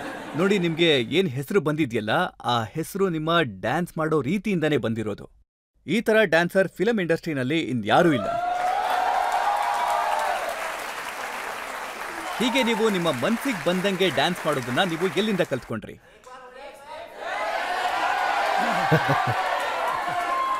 ನಿಮ್ಗೆ ಹೇಳಿದ್ದು ಅನ್ಸುತ್ತೆ, ನನ್ನ ಅನರ್ಕಲಿ ಅನ್ಕೊಂಡ್ಬಿಟ್ರಾ ಅಂತ. ಏನು ಅಂದ್ರೆ, ಅದು ನಾನು 1 ಸೆಟ್ಟಿಂದ ಸೆಕೆಂಡಿಂದ ಥರ್ಡಿಂದ ಫೋರ್ತ್ 3-4 ಶಿಫ್ಟ್ ಮಾಡ್ತಿದ್ದೆ ಅವಾಗ ನಾನು. ಆಗ ಕಡಿಮೆ ಆಗೋದು, ಜಾಸ್ತಿ ಇದ್ದಾಗ ಇನ್ನಷ್ಟು ಕೂಡ ಇರೋದು. ನಾನು ಈ 3-4 ಶಿಫ್ಟಲ್ಲಿ ಅಲ್ಲಿಂದ ಇಲ್ಲಿಗೆ ಕೆಲಸ ಮಾಡಬೇಕಾದ್ರೆ ನನ್ಗೇನು ಅನ್ಸೋದು ಅಂದರೆ, ಈ ಸ್ಟೆಪ್ನ ನಾನು ಅಲ್ಲೂ ಮಾಡಿದ್ದೀನಿ, ಬೇರೆ ಕಡೆನೂ ಮಾಡಿದ್ದೀನಿ, ಇಲ್ಲೂ ಮಾಡಿಬಿಟ್ರೆ ರಿಪೀಟ್ ಆಗಿಬಿಡುತ್ತೆ, ಹಾಗೆ ಮಾಡಬಾರ್ದು ಅನ್ನಿಸ್ತಿತ್ತು. ಮತ್ತು ಇನ್ನೊಂದೇನು ಅಂದರೆ, ಆ ಫಿಲ್ಮಲ್ಲಿರೋ ಸ್ಟೈಲು ಅದೇ ರಿಪೀಟೂ ಆಗ್ತಾ ಇತ್ತು. ನಾನು ಪಾತ್ರ ಮಾಡಬೇಕಾದ್ರೆ ಬೇರೆ ಥರ ಇರಬೇಕು. ನನ್ನ ಜೊತೆ ಕೆಲಸ ಮಾಡೋ ಹೀರೋಯಿನ್ಗಳನ್ನ ಪುಸ್ಲಾಯಿಸಿ ಇಟ್ಕೋತಿದ್ದೆ ನಾನು, ಎಲ್ಲ ನೀನೇ ಅನ್ನೋ ಥರ. ಆವಾಗ ನಾನಿದ್ದೀನಿ ಕೆಲಸ ಮಾಡಿದ ಹೀರೋಯಿನ್ ಜೊತೆಗೆಲ್ಲ 1/2 ಡಜನ್ ಫಿಲಮ್ ಹಿಟ್ ಆಗಿದ್ದಾವೆ, ಎಲ್ಲ ಹೀರೋಯಿನ್ ಜೊತೆಗೂ. ಗೋವಿಂದ ಮೇಲೆ ಇನ್ನೊಂದು ಸುದ್ದಿ ಇತ್ತು. ಬಟ್ಟೆ ಹಾಕೊಳ್ಳುವಂತ ರೀತಿ ತುಂಬಾನೇ ಬೇರೆಯಾಗಿತ್ತು. ಹಳದಿ ಕೋಟ್, ಪರ್ಪಲ್ ಕಲರ್ನ ಶರ್ಟ್, ಬಿಳಿ ಶೂ. ನೀವೇ ಈಗಿನ ಫಿಲಮ್ ಎಲ್ಲ ನೋಡಿದ್ದೀರಾ? ಎಷ್ಟೋ ಜನ ನಾನು ಬಟ್ಟೆ ಹಾಕೊಂಡಿದ್ದೆ ಅಂತ ಖುಷಿ ಪಡೋರು.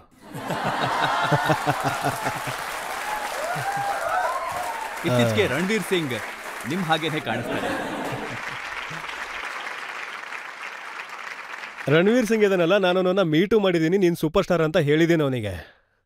ಮತ್ತೆ ನಿನ್ನ ಮುಂದಿನ ಫಿಲಮ್ಸ್ ಬರ್ತಾ ಇದಾವಲ್ಲ, ಅದರಲ್ಲಿ ನೀನು ಸಕ್ಸಸ್ ಆಗ್ತೀಯಾ ಅಂತ ಅಂದಿದ್ದೆ ನಾನು. ಯಾಕಂದ್ರೆ ಆರ್ಟಿಸ್ಟ್ನಲ್ಲಿ ಒಂದು ಮುಖ್ಯವಾಗಿರಲೇಬೇಕು, ಅದೇನಂದ್ರೆ ಅವನಿಗೆ ಹಸಿವಿರಬೇಕು, ಮತ್ತೆ ತುಂಬಾ ಶಿಸ್ತಾಗಿರ್ಬೇಕು, ಓದಿರ್ಬೇಕು, ತಿಳ್ಕೊಂಡಿರ್ಬೇಕು, ಮತ್ತವರು ತುಂಬಾ ಹೆಮ್ಮೆ ಪಡಬಾರ್ದು ಯಾವುದ್ರ ಬಗ್ಗೆನೋ. ಅದು ಅವರಲ್ಲಿದೆ. ನಂಗನ್ಸುತ್ತೆ ಅವನು ಈಗ ಶುರು ಮಾಡಿದಾನೆ. ಮತ್ ಹೀಗೆ ಕಷ್ಟಪಟ್ಟು ಕೆಲಸ ಮಾಡಿದ್ರೆ ತುಂಬಾ ಸಕ್ಸಸ್ ಆಗ್ತಾನವನು. ಈ ಮಾತು ಸತ್ಯ. ನಿಮ್ ಬಗ್ಗೆ ಹೀಗೂ ಹೇಳ್ತಾರೆ, ಏನಂದ್ರೆ ಕಮಿಡಿಯನ್ಗಳಿಗೆ ತುಂಬಾ ಲಾಸ್ ಮಾಡ್ಬಿಟ್ರಂತೆ, ಕಾಮಿಡಿನೆಲ್ಲ ಗೋವಿಂದನೇ ಮಾಡೋರಂತೆ. ಅದೇನಾಯ್ತು ಅಂದ್ರೆ ನನ್ನ ಫಿಲಮಲ್ಲಿ ಕಾಮಿಡಿ ಆಗ್ತಾ ಇತ್ತು, ಆದ್ರೆ ನನ್ನ ಫಿಲಮ್ ಕಾಮಿಡಿಯಾಗಿರ್ಲಿಲ್ಲ.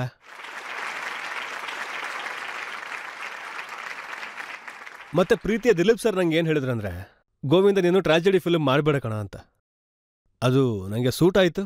ಮತ್ ಹೀಗೆ ಬಂದ ಕಾಮಿಡಿ ಫಿಲ್ಮ್ಗಳು 14-15 ವರ್ಷ ಟಾಪಲ್ಲಿಟ್ಟಿದ್ವು ನಮ್ಮನ್ನ.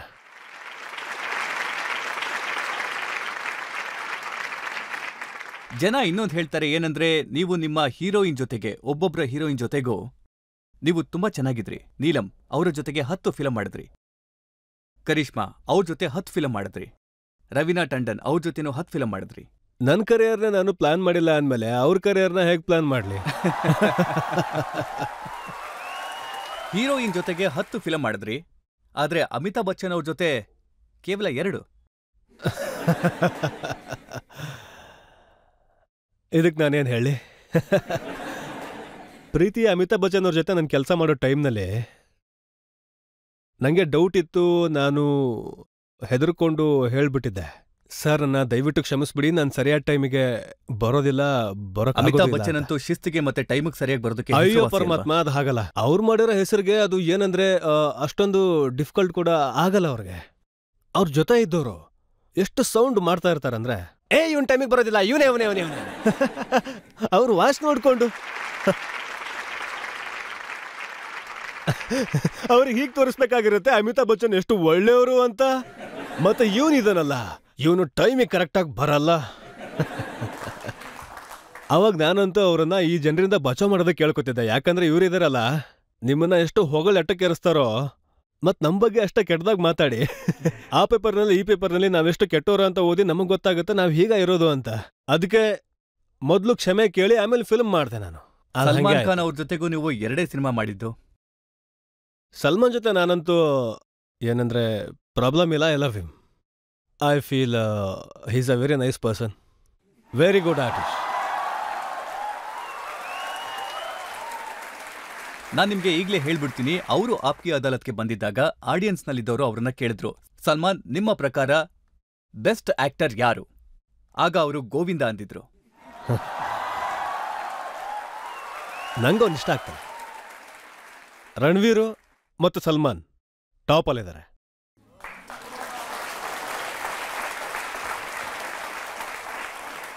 ಆಡಿಯನ್ಸ್ ಅಲ್ಲಿ ಯಾರಾದ್ರೂ ಪ್ರಶ್ನೆ ಕೇಳ್ತೀರಾ? ಸರ್, ನೀವು ಈಗಷ್ಟೇ ಶಾರುಖ್ ಖಾನ್ ಜೊತೆ ನಿಮ್ ಒಳ್ಳೆ ರಿಲೇಶನ್ಶಿಪ್ ಬಗ್ಗೆ ಹೇಳಿದ್ರಿ. ಮತ್ತೆ ನೀವು ರೊಮ್ಯಾನ್ಸ್ ಕಿಂಗ್ ಮತ್ತೆ ಕಾಮಿಡಿ ಕಿಂಗ್ ಆದವರು, ನೀವು ರಾಮ್ಕಾಮ್ ಮೂವಿ ಏನಾದ್ರೂ ಮಾಡ್ತೀರಾ? ನಿಮ್ಮಿಬ್ರು ಒಟ್ಟಿಗೆ ಸ್ಕ್ರೀನ್ ಮೇಲೆ ನೋಡೋ ಅದೃಷ್ಟ ಸಿಗತ್ತಾ? ಇವಾಗ ಏನಿದಾವೆ ಈ ಫಿಲ್ಮ್ಗಳೆಲ್ಲ ಅವನ್ನ ಪ್ರೊಡ್ಯೂಸರ್ ತಯಾರು ಮಾಡ್ತಾ ಇಲ್ಲ, ನೀವು ನೋಡಿಬೇಕಾದ್ರೆ. ಹೀರೋ ಯಾರ್ಯಾರು ಇರ್ತಾರೋ ಅವರೇ ಫಿಲ್ಮ್ ಮಾಡ್ಕೊತಿದ್ದಾರೆ. ಸರ್, ಅವ್ರ ಜೊತೆ ಆಕ್ಟ್ ಈಗ ಮಾಡಿದ್ರೆ ನೋಡಿ, ಚೆನ್ನಾಗಿರುತ್ತೆ. ಸಲ್ಮಾನ್ ಖಾನ್ ಪ್ರೊಡಕ್ಷನ್ ಹೌಸ್ ಇದೆ ಅವಂದೇನೆ. ಅಮೀರ್ ಖಾನ್ದು ಇದೆ ಈಗ, ಶಾರುಖ್ ಖಾನ್ದು ಇದೆ ಪ್ರೊಡಕ್ಷನ್ ಹೌಸ್ ಈಗ. ಹಾಗೆ ಅಮಿತಾಬ್ ಬಚ್ಚನ್ ಅವ್ರದಂತೂ ಕೇಳಂಗೇ ಇಲ್ಲ. ಇರೋ ಪೂರ್ತಿ ಫಿಲ್ಮ್ ಇಂಡಸ್ಟ್ರಿ ಈಗ ನೋಡಿ. ಹೀಗಿರುವಾಗ ಈ ಥರ ಪಾತ್ರ ಮಾಡಿ ಆಯ್ತು, ನಾವು ಅವ್ರೀಗ ಮಾಡ್ಬೇಕು ಈ ಪಾತ್ರ ಅಂತ ಕೇಳಿದ್ರೆ ನಾನು ಮಾಡೇ ಮಾಡ್ತೀನಿ ಪಕ್ಕ. ನನ್ನ ಪ್ರಶ್ನೆ ಏನು ಅಂದ್ರೆ, ನಿಮ್ಮ ಹೆಸರು ಚೀಚಿ ಹೇಗಾಯ್ತು? ಇದು ನಾನು ಹುಟ್ಟೋ ಟೈಮಲ್ಲಿ ಅದು ಅಮ್ಮ ಜೋಗಿ ಬಟ್ಟೆ ಹಾಕೊಂಡ್ಬಿಟ್ಟಿದ್ರು. ಮತ್ತೆ ಅವರು ಅವರ ಕೂದಲು ತೆಗ್ದಿದ್ರು, ಐಬ್ರೋಸ್ ತೆಗ್ದಿದ್ರು. ಮತ್ತೆ ಆಗ ಗೊತ್ತಾಯ್ತು ಅವ್ರಿಗೆ ಹೊಟ್ಟೆಯಲ್ಲಿ ಮಗು ಇದೆ ಅಂತ. ಅದಕ್ಕೆ ನಾನು ಸಾಧು ಮಗ ಆಗೋದೆ. ಮತ್ತೆ ನಾನು ಹುಟ್ಟಿರೋ ಟೈಮಲ್ಲಿ ಆಗ ಅವ್ರು ತುಂಬ ದುಃಖದಲ್ಲಿದ್ದರು. ಮತ್ತು ಅವ್ರ ಟೈಮಲ್ಲೂ ಅವರು ತುಂಬ ದೊಡ್ಡ ಸ್ಟಾರ್ ಆಗಿದ್ರು, ಆರ್ಟಿಸ್ಟ್ ಆಗಿದ್ರು, ಅಪ್ಪ ಹೀರೋ ಆಗಿದ್ರು. ಅದು ಎಷ್ಟು ಕಷ್ಟ ಎದುರಿಸ್ತಾ ಇದ್ರು ಅಂದರೆ, ಅದು ಅವರು ಒಂದು ಫೋಟೋ ಇಟ್ಕೊಂಡಿದ್ರು, ಅದರಲ್ಲಿ ಕೃಷ್ಣ ಪರಮಾತ್ಮ ಬರೀ ಕಿರುಬೆರಳಲ್ಲಿ ಇಡೀ ಪರ್ವತನ ಎತ್ಕೊಂಡಿದ್ದ. ಚೀಚೆ ಏನಿದೆ ಅದು, ಅದನ್ನು ಇಂಗ್ಲೀಷ್ನಲ್ಲಿ ಏನಂತಾರೆ ಅಂದರೆ ಎಲಿಗೆಂಟ್ ಅಂತ ಹೇಳ್ತಾರೆ. ಮತ್ತು ಪಂಜಾಬಿಯಲ್ಲಿ ಇದನ್ನು ಚೀಚೆ ಬೆರಳು ಅಂತಾರೆ. ಮತ್ತು ಈ ಬೆರಳೇನಿದೆಯಲ್ಲ, ಇದು ಶಕ್ತಿನ ತೋರಿಸುತ್ತೆ. ಹಾಗೇನೆ ದೈವ ಕೃಪೆ ಇದೆ ನನ್ನ ಮೇಲೆ ಯಾವಾಗ್ಲೂ.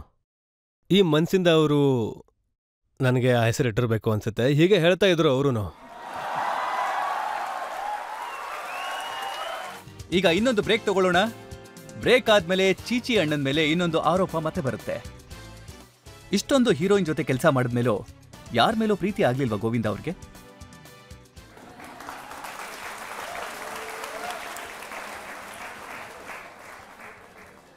ಇದಕ್ಕೆ ನಾನು ಉತ್ತರ ಕೊಡೋಕ್ಕಾಗೋದಿಲ್ಲ. ನನ್ನ ಭಾಗ್ಯ ಅದು ಅನ್ಸುತ್ತೆ.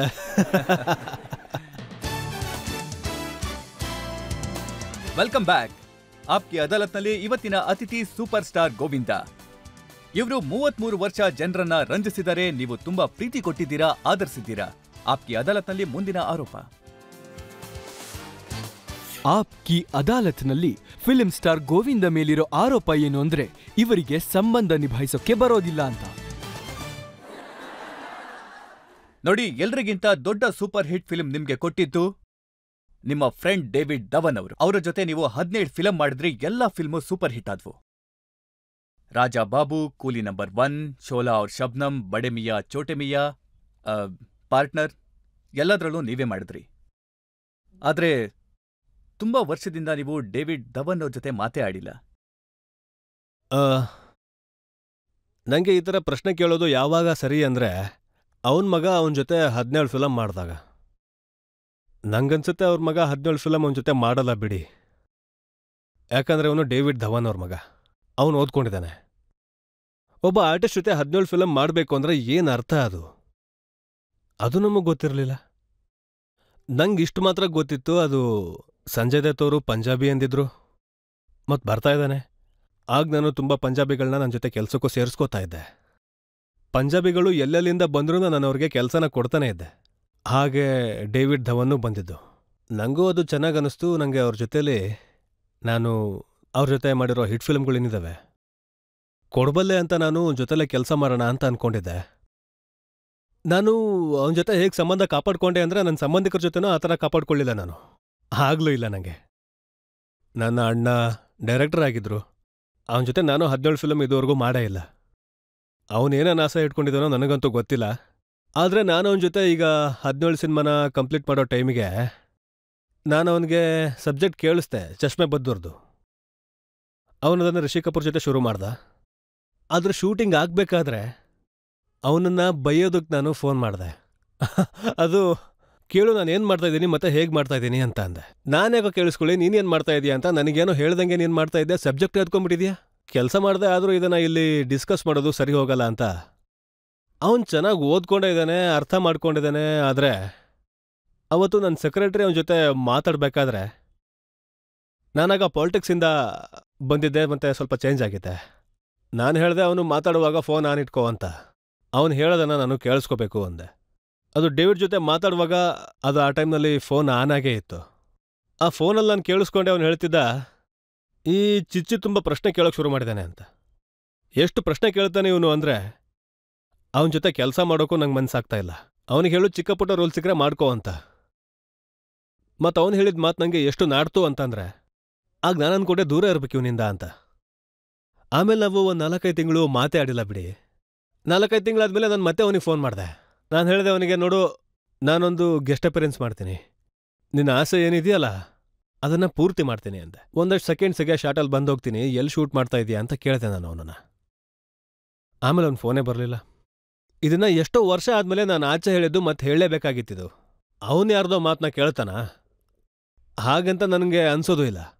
ನನ್ನ ಮನೆ ಬಾಗ್ಲು ಯಾರಿಗಾದ್ರೂ ಮುಚ್ಚೋಗ್ಬಿಟ್ರೆ ಆಗ ನಾನೆಲ್ಲಿ ಗೋವಿಂದ ಆಗ್ತೀನಿ?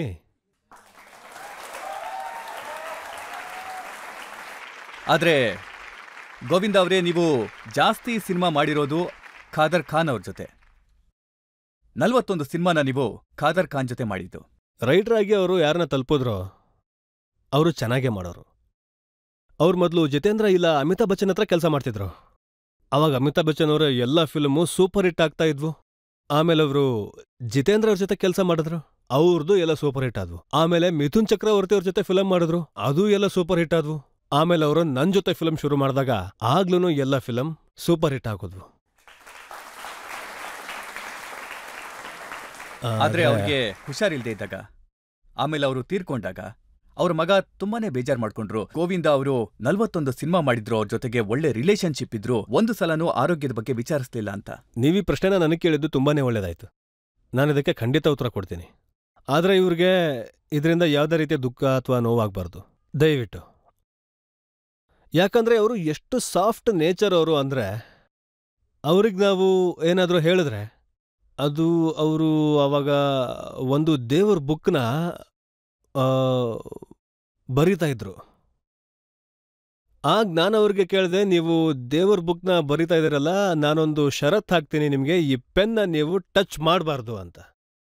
ಆದ್ರೆ ನೀವು ಹಾಗೆ ಮಾಡಿದ್ರೆ ಇದು ನಿಮ್ಮ ಬದುಕಿಗೆ ಒಳ್ಳೇದಾಗಲ್ಲ ಅಂತ, ನಿಮ್ಮ ಆರೋಗ್ಯಕ್ಕೂ ಒಳ್ಳೇದಲ್ಲ, ನೀವು ಮಾಡ್ತಿರೋ ಕೆಲ್ಸಗಳಿಗೆಲ್ಲ ಅದು ಒಳ್ಳೇದಲ್ಲ.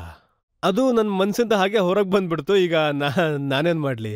ಅವಾಗ ಏನಾಯ್ತು ಅಂದರೆ, ನಾನಂತೂ ಹೇಳೋದು ಹೇಳ್ಬಿಟ್ಟೆ. ಸ್ವಲ್ಪ ದಿನದಲ್ಲೇ ಡೈರೆಕ್ಟ್ರು ಬಂದರು. ಆಮೇಲೆ ಖಾದರ್ ಖಾನ್ ಅವ್ರ ಹತ್ರ ಹಿಂಗೆ ಹೇಳಿದ್ದಿಲ್ಲ, ನಾನು ಅವ್ರನ್ನ ಇಷ್ಟಪಡ್ತೀನಿ ಅಂತ. ನಂಗನ್ಸಿದ್ದೇನು ಅಂದರೆ, ಆ ದೇವ್ರ ಪುಸ್ತಕ ಇದೆಯಲ್ಲ, ಅದಕ್ಕೆ ಆ ಪೆನ್ ಟಚ್ ಮಾಡಬಾರ್ದು ಅಂತ. ನಾನು ಕೇರ್ ಮಾಡ್ತೀನಿ. ಆದರೂ ಅವರು ಟಚ್ ಮಾಡಿದ್ರು. ಆಮೇಲೆ ಅವರು ಹಾಗೆ ಕರಿಯರು ಹೋಯಿತು, ಮತ್ತು ರಿಲೇಷನ್ಶಿಪ್ಪು ಹಾಳಾಯ್ತು ಅವ್ರದ್ದು. ಮತ್ತು ಅವರು ಆ ಟೈಮಲ್ಲಿ ನನಗೆ ತುಂಬ ಬೈದು ಹಾಕ್ಬಿಟ್ರು. ಹಾಗೆ ಬೈದಿದ್ರಲ್ಲಿ ಏನಿತ್ತು ಅಂದರೆ, ಏನಂದರೆ, ಯಾಕಂದರೆ ಅವರು ಗುರು ಆಗಿದ್ರು. ಅವ್ರು ಹೇಳಿದಕ್ಕೆಲ್ಲ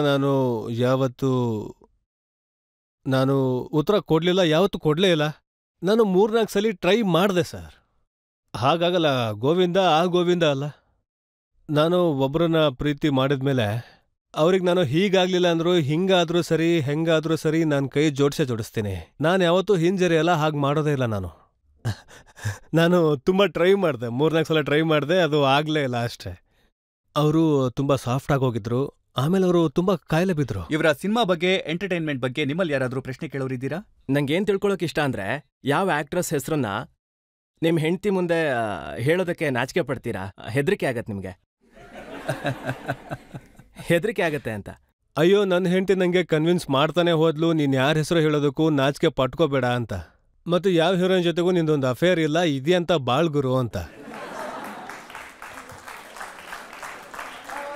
ಸರ್, ನನ್ನ ಹೆಂಡತಿ ಇದ್ದಾಳಲ್ಲ, ಅವಳಂತೂ ಬೇರೆಯವ್ರ ಹೆಂಡತಿ ಇದ್ದಾರೆ ಅಲ್ವೇ ಅಲ್ಲ. ಎಲ್ಲಿ ಹೋಗಿದ್ರಿ? ಏನು ಮಾಡ್ತಾ ಇದ್ರಿ? ಇಷ್ಟು ಲೇಟಾಗಿ ಯಾಕೆ ಬಂದ್ರಿ? ಹಾಗೇನಾದ್ರೂ ಇದ್ದಿದ್ರೆ ನಾನು ಈ ಪಿಕ್ಚರ್ ಲೈಫಿಂದ ಆಚೆನೆ ಹೋಗ್ಬಿಡ್ತಿದ್ದೆ. ಇಷ್ಟೊಂದು ಹೀರೋಯಿನ್ ಜೊತೆ ಕೆಲಸ ಮಾಡಿದ್ಮೇಲೂ ಯಾರ ಮೇಲೂ ಪ್ರೀತಿ ಆಗ್ಲಿಲ್ವಾ ಗೋವಿಂದ ಅವ್ರಿಗೆ?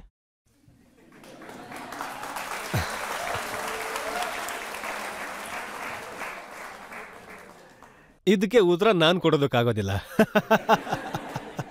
ನನ್ನ ಭಾಗ್ಯ ಅದು ಅನ್ಸುತ್ತೆ.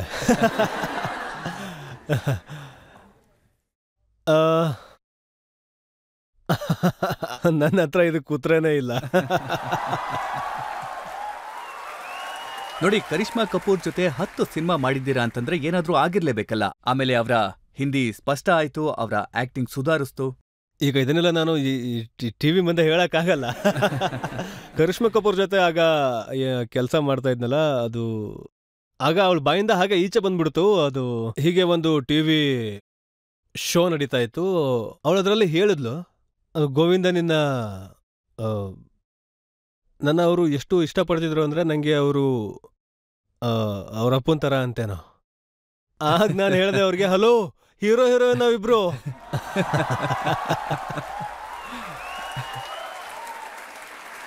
ನಾನಂದೆ, ನಿಮ್ಮ ಅಪ್ಪನ ಥರ ಅಂತೂ ಅಲ್ಲ ನಾನು.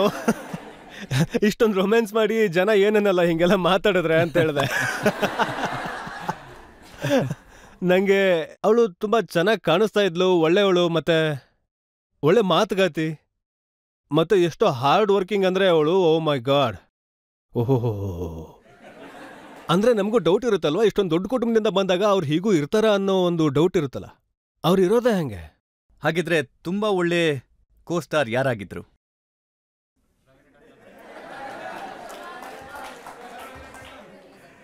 ಕೋಸ್ಟರ್ ಆಸ್ ಅ ಹೀರೋಯಿನ್ ಅದು ಯಾರ್ಯಾರ ಜೊತೆ ನನ್ನ ಪಿಕ್ಚರ್ ಎಲ್ಲ ಓಡಿಲ್ವೋ ಅವರೆಲ್ಲ ತುಂಬಾ ಚೆನ್ನಾಗಿದ್ರು. ನೋಡಿ, ಶಿಲ್ಪಾ ಶೆಟ್ಟಿ ಜೊತೆ ನನ್ನ ಯಾವ ಫಿಲಮು ಓಡಿಲ್ಲ. ಎಲ್ಲ ಫಿಲಮ್ ಹಾಡುಗಳು ಹಿಟ್ ಆಗಿದ್ವು. ಏನಂತಾರೆ ಅದಕ್ಕೆ? ರಿಲೇಶನ್ಶಿಪ್ ಇರಲೇಬೇಕು ಅಂತ ಏನಿಲ್ಲ, ಆದ್ರೆ ಪ್ರೀತಿ ಇದೆ, ರಿಲೇಶನ್ಶಿಪ್ಪು ಇರುತ್ತೆ. ನನ್ಗನ್ಸುತ್ತೆ ಈಗ ರಿಲೀಫ್ಗೆ ಒಂದು ಸಣ್ಣ ಬ್ರೇಕ್ ತಗೊಳ್ಳೋಣ. ಆಯ್ತು, ಒಂದು ಬ್ರೇಕ್ ತಗೊಳ್ಳೋಣ. ಈಗ ಒಂದು ಬ್ರೇಕ್ ತಗೊಳ್ಳೋಣ. ಬ್ರೇಕ್ ಆದ್ಮೇಲೆ ಆಪ್ಕಿ ಅದಾಲತ್ನಲ್ಲಿ ಸೂಪರ್ ಸ್ಟಾರ್ ಗೋವಿಂದ ಅವ್ರ ಮೇಲೆ ಆರೋಪ ಮತ್ತು ಸವಾಲು ಮುಂದುವರಿಯುತ್ತೆ. ನೀವು ಮೊದಲನೇ ಸಲ ಮದುವೆ ಮಾಡ್ಕೊಂಡಾಗ 4 ವರ್ಷ ಈ ವಿಷಯ ಯಾರಿಗೂ ಹೇಳೇ ಇರ್ಲಿಲ್ವಂತೆ. ಹಾ ಸರ್, 4 ವರ್ಷ ಯಾರಿಗೂ ಹೇಳದೇ ಇದ್ದೆ ಅನ್ನೋದೆಲ್ಲ ಸುಳ್ಳು. ಆದ್ರೆ ಹೀಗಂತೂ ನಾನು ಮಾಡಿದೆ 4 ವರ್ಷ ಮುಚ್ಚಿಟ್ಟಿದ್ದೆ. ಆ ಟೈಮ್ನಲ್ಲಿ ಫಿಲ್ಮೇ ಸಿಗ್ತಿರ್ಲಿಲ್ಲ. ಮದ್ವೆ ಆಗೋದ್ರೆ ಫಿಲ್ಮೇ ಸಿಗಲ್ಲ, ಮದ್ವೆ ಆದ್ರೆ ಹುಡುಗಿರು ಬೀಳಲ್ಲ.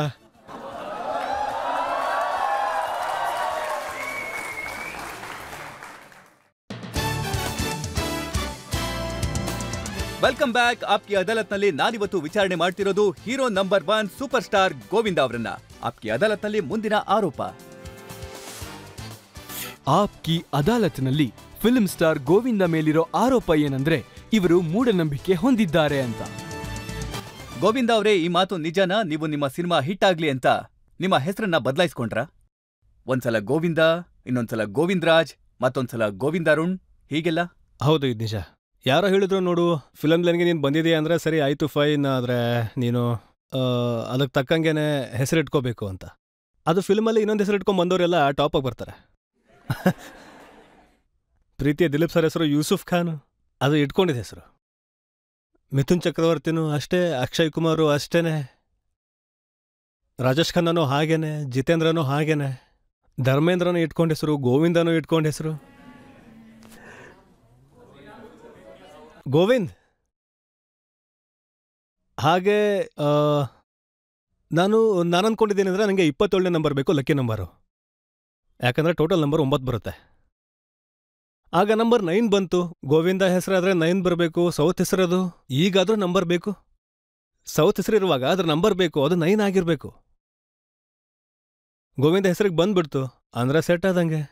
ಮೊದಲು ನನಗೆ ಜನ ತುಂಬ ಹೇಳೋರು, ನೀನು ತುಂಬ ಯೋಚನೆ ಮಾಡ್ತಾ ಇದೀಯಾ ಅದು ಇದು ಅಂತೆಲ್ಲ. ಹಿಟ್ಟಾದ್ರೆ ಬೊಂಬಾಟ್ಕೊಳೋ ಗೋವಿಂದ. ಈಗ ನೋಡು ಫಿಲ್ಮ್ ಲ್ಯಾಂಡಲ್ಲಿ ಈಗ ನೋಡಿ ಫಿಲ್ಮ್ ಲ್ಯಾಂಡಲ್ಲಿ ಹೀಗೆ ಆಗೇ ಆಗುತ್ತೆ. ಎಷ್ಟು ಜನದ ಬಗ್ಗೆ ಏನೆಲ್ಲ ಮಾತಾಡಿದ್ರು.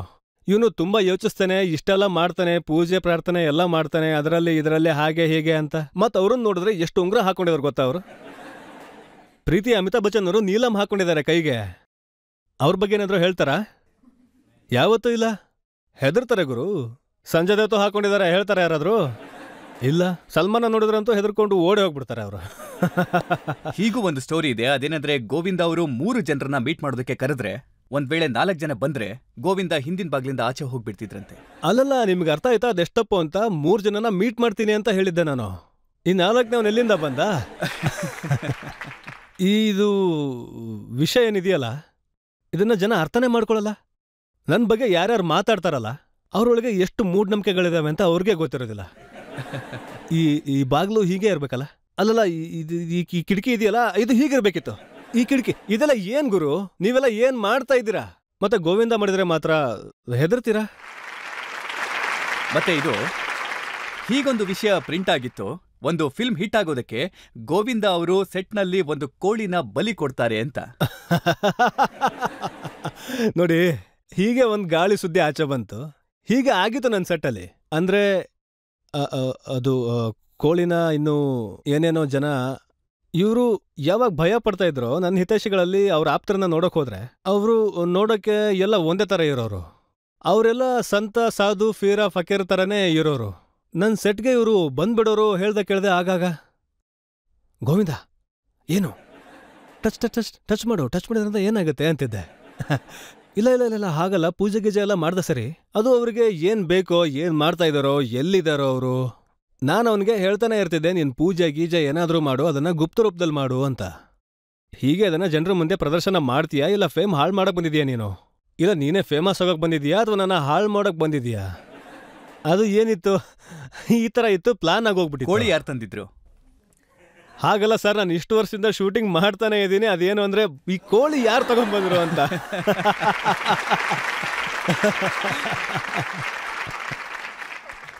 ಇನ್ನೂ ಒಂದು ಸ್ಟೋರಿ ಬಂದಿತ್ತು, ಗೋವಿಂದ ಅವ್ರಿಗೆ ಕೆಂಪು ಬಣ್ಣ ಅಂದ್ರೆ ಭಯ ಅಂತೆ. ಈಗ ನೋಡಿ, ಪಿಕ್ಚರಲ್ಲಿ ಕೆಂಪು ದುಪ್ಪಟ್ಟ ಹಾಡು ಹೇಳೋರು ಯಾರು? ಹಾಡು ಯಾರು ಹಾಡ್ತಿದ್ದಿದ್ದು? ಹಾ, ಮತ್ತೆ ಲಾಲ್ ಚುನೇರಿ ಆಪೆ ದಿಲ್ ಆಯಾರೆ, ಇದು ನನ್ನ ಫಿಲಮ್ದೇ ಹಾಡಲ್ವಾ? ಮತ್ತೆ ಇದು ಹೇಗೆ ಹುಟ್ಕೋತು? ನಾನಿನ್ನು ಈ ಕೆಂಪು ಇನ್ನು ಕಂಡುಹಿಡಿತಾ ಇದ್ದೀನಿ, ಈ ಕೆಂಪು ಯಾವುದು ಅಂತ. ಮತ್ತೆ ನಂಗೆ ಅದು ಎಲ್ಲಿಂದ ಬಂತು ಅಂತ ಗೊತ್ತಾದ್ರೆ ಖಂಡಿತ ಮತ್ತೆ ಹೇಳ್ತೀನಿ ನಾನು. ಇದೇನಾದ್ರೂ ಜಾದೂ ಆಗಿತ್ತಾ? ಅಂದ್ರೆ 49ನೇ ವಯಸ್ಸಿನಲ್ಲಿ ನೀವು ಮತ್ತೆ ಮದ್ವೆ ಮಾಡ್ಕೊಂಡ್ರಲ್ಲ? ಅದೇನಂದ್ರೆ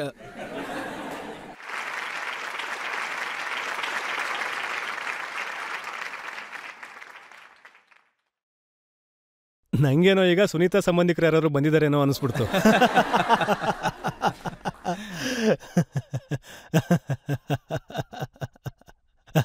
ಅಂದಂಗೆ ಆಗಿದ್ದು ಕರೆಕ್ಟ್ ಆಗಿತ್ತು. ಇನ್ನೊಂದು ಆಗಿಲ್ಲ, ಏನೋ ಆಗೋಯ್ತು ಅನ್ನಕ್ಕೆ. ಅಂದರೆ ಅದೇ ಮದ್ವೆಗಿದ್ವೆ. ಅದು ಆಗಿದ್ದೇನೆಂದ್ರೆ ಸರ್, ಅದು ನನ್ನ ಮದುವೆ ಆಯ್ತಲ್ಲ, ಆಗ ನಮ್ಮಮ್ಮ ನನ್ನ ಹತ್ರ ಏನು ಹೇಳಿದ್ರು ಅಂದರೆ, ಗೋವಿಂದ್ ಇದು ಏನು ಆಗ್ತಿದೆಯಲ್ಲ, ಇದನ್ನ ನಿನ್ನ 49ನೇ ವಯಸ್ಸಲ್ಲಿ ಮತ್ತೆ ನೀನು ಮಾಡ್ಕೊ. ಇದನ್ನ 49ನೇ ವಯಸ್ಸಲ್ಲಿ ಮಾಡಿಕೊಂಡು ಸಮುದ್ರ ದಾಟು. ಅದಕ್ಕೆ ನಾನು ನನ್ನ 49ನೇ ವಯಸ್ಸಲ್ಲಿ ಮತ್ತೆ ಸುನೀತಾನೇ ಮದುವೆ ಮಾಡಿಕೊಂಡೆ. ಮತ್ತದೇ ಶಾಸ್ತ್ರೋಕ್ತವಾಗಿ, ಶಾಸ್ತ್ರದ ಪ್ರಕಾರವಾಗೇ ಆಗಿದ್ದಂತೂ ನಿಜ. ಅದೀಗಂತೂ ಆಯಿತು. ಅದರಲ್ಲಿ ಆರೋಪ ಏನಿದೆ ಸರ್? ನೀವು ಮೊದಲನೇ ಸಲ ಮದುವೆ ಮಾಡ್ಕೊಂಡಾಗ 4 ವರ್ಷ ಈ ವಿಷಯ ಯಾರಿಗೂ ಹೇಳೇ ಇರ್ಲಿಲ್ವಂತೆ. ಹಾಂ ಸರ್, 4 ವರ್ಷ ಯಾರಿಗೂ ಹೇಳ್ದೇ ಇದ್ದೆ ಅನ್ನೋದೆಲ್ಲ ಸುಳ್ಳು. ಆದರೆ ಹಿಂಗಂತೂ ಮಾಡಿದೆ ನಾನು 4 ವರ್ಷ.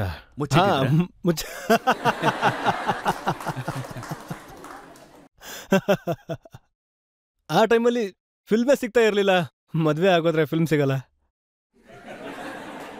ಮದುವೆ ಆಗೋದ್ರೆ ಹುಡುಗಿರು ಬೀಳಲ್ಲ.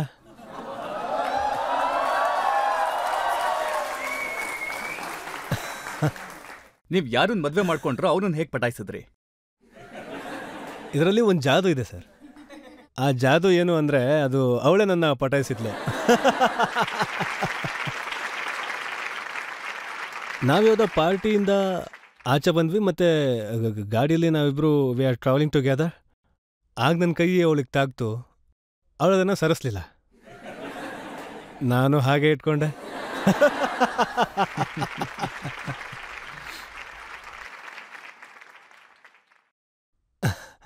ಆಮೇಲೆ ನಾನು ನೋಡಿದಾಗ ಅವಳು ನನ್ನ ಮರಳು ಮಾಡೋಕೆ ಶುರು ಮಾಡಿಬಿಟ್ಲು.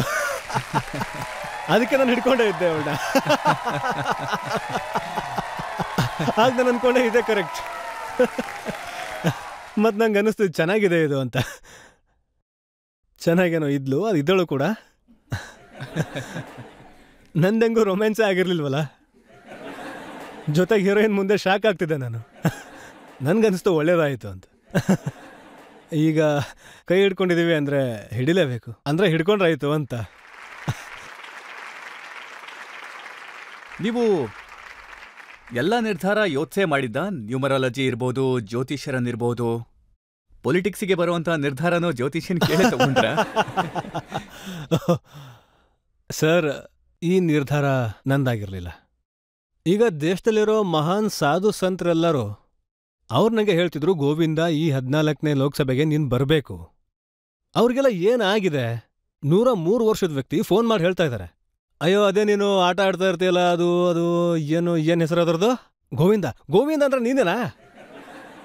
ಆಗ ನಾನಂದ್ರೆ ನಾನೇ ಮಾತಾಡ್ತಿರೋದು. ಅಯ್ಯೋ ನಿಂಗೆ ನೆನಪಿದ್ಯಾ, ನೀನು ಚಿಕ್ಕವನಿದ್ದಾಗ ನೀನು, ನನಗಾಗ 80 ವರ್ಷ ಆಗಿತ್ತು, ನಿನ್ನ ಹೆಸರಲ್ಲಿ ನಾನು ಗಂಗಾ ನದಿಯಲ್ಲಿ ಮುಳುಗಿದ್ದೆ, 22 ಕಿಲೋಮೀಟರ್ ಈಜಾಡಿದ್ದೆ ನಾನು ನಿನ್ಗೋಸ್ಕರ ಅಂತ ಹೇಳಿದಾಗ, ಓಹೋ ಬಾಬಾ ನೀವಾ?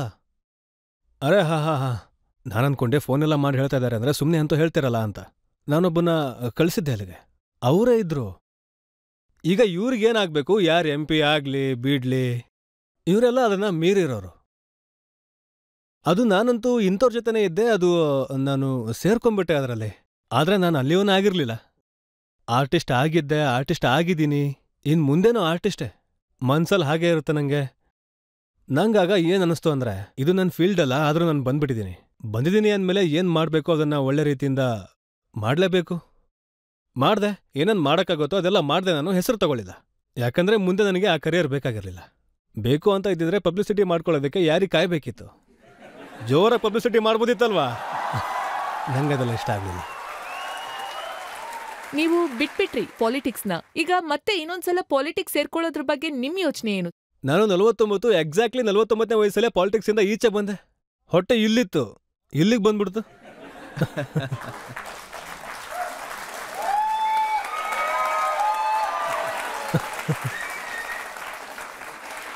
ನಾನು ಪಾಲಿಟಿಕ್ಸ್ನಲ್ಲಿ ಹಿಂಗೆ ಹಿಂಗೆ ಹಿಂಗೆ ಹಿಂಗೆ ಮಾಡಿಕೊಂಡು ಹಲ್ಲು ಕೂಡ ಹಿಂಗೆ ಆಗೋಯ್ತು. ಅದು ಎಲ್ಲ ಚೆನ್ನಾಗೇ ಇದೆ, ಏನು ಕೆಟ್ಟಿಲ್ಲ ಸದ್ಯಕ್ಕೆ. ಈ ಹೇರ್ ಸ್ಟೈಲ್ ಏನಿದೆಯಲ್ಲ ಅದು ಪೂರ್ತಿ ಕ್ಲೀನಾಗಿ ಹೋಗಿದೆ. ಅದಕ್ಕೆ ನಂಗೆ ಏನು ಅನಿಸುತ್ತೆ ಅಂದರೆ 49ಕ್ಕೆ ಹೀಗಾಯಿತು. ಮತ್ತೆ ನಾನು ಇಲ್ಲಿಂದ ಪ್ರಾಮಿಸ್ ಮಾಡಿ ಆಚೆ ಬರ್ತಾ ಇದ್ದೀನಿ ಹಿಂಗೇನೆ. ಅಂದರೆ ಇದು ಸ್ವಲ್ಪ ಜಾಸ್ತಿ ಆದರೂ ಏನಾಗಲ್ಲಲ್ವಾ? ನಂಗೀಗ ಹೆಂಗೆ ಅನಿಸ್ತಾ ಇತ್ತು ಅಂದರೆ, ಅದು ನಮ್ಮ ಬಾಡಿ ಪರ್ಸ್ನಾಲಿಟಿನ ನೀವು ಬೇಕಾದಾಗ ತಯಾರು ಮಾಡ್ಕೋಬೋದು, ಅದು ನಿಮಗೆ ಇಷ್ಟ ಬಂದಾಗ.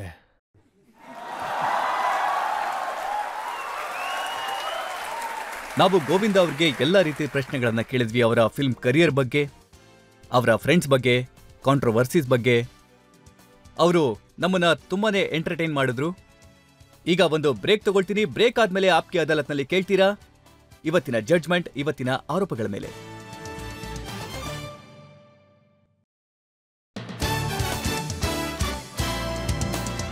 Welcome back. ನಾವಿವತ್ತು ವಿಚಾರಣೆ ಮಾಡಿದ್ದು ಎಲ್ಲರನ್ನ ಎಂಟರ್ಟೈನ್ ಮಾಡೋ ಸೂಪರ್ ಸ್ಟಾರ್, ನಮ್ಮೆಲ್ಲರ ಮನಸ್ಸನ್ನ ಕದ್ದಿರುವಂತ ಗೋವಿಂದ ಅವರನ್ನ. ಈಗ ಆಪ್ಕಿ ಅದಾಲತ್ನಲ್ಲಿ ಇವತ್ತಿನ ಜಡ್ಜ್, ಹೆಸರಾಂತ ಜರ್ನಲಿಸ್ಟ್ KG ಸುರೇಶ್ ನಿರ್ಧಾರ ಹೇಳ್ತಾರೆ. ಗೋವಿಂದ ಅವರೇ, ನೀವು ಭಾರತೀಯ ಸಿನಿಮಾ ಜಗತ್ತಿನಲ್ಲಿ ಒಬ್ಬ ಹೆಸರಾಂತ ವ್ಯಕ್ತಿ.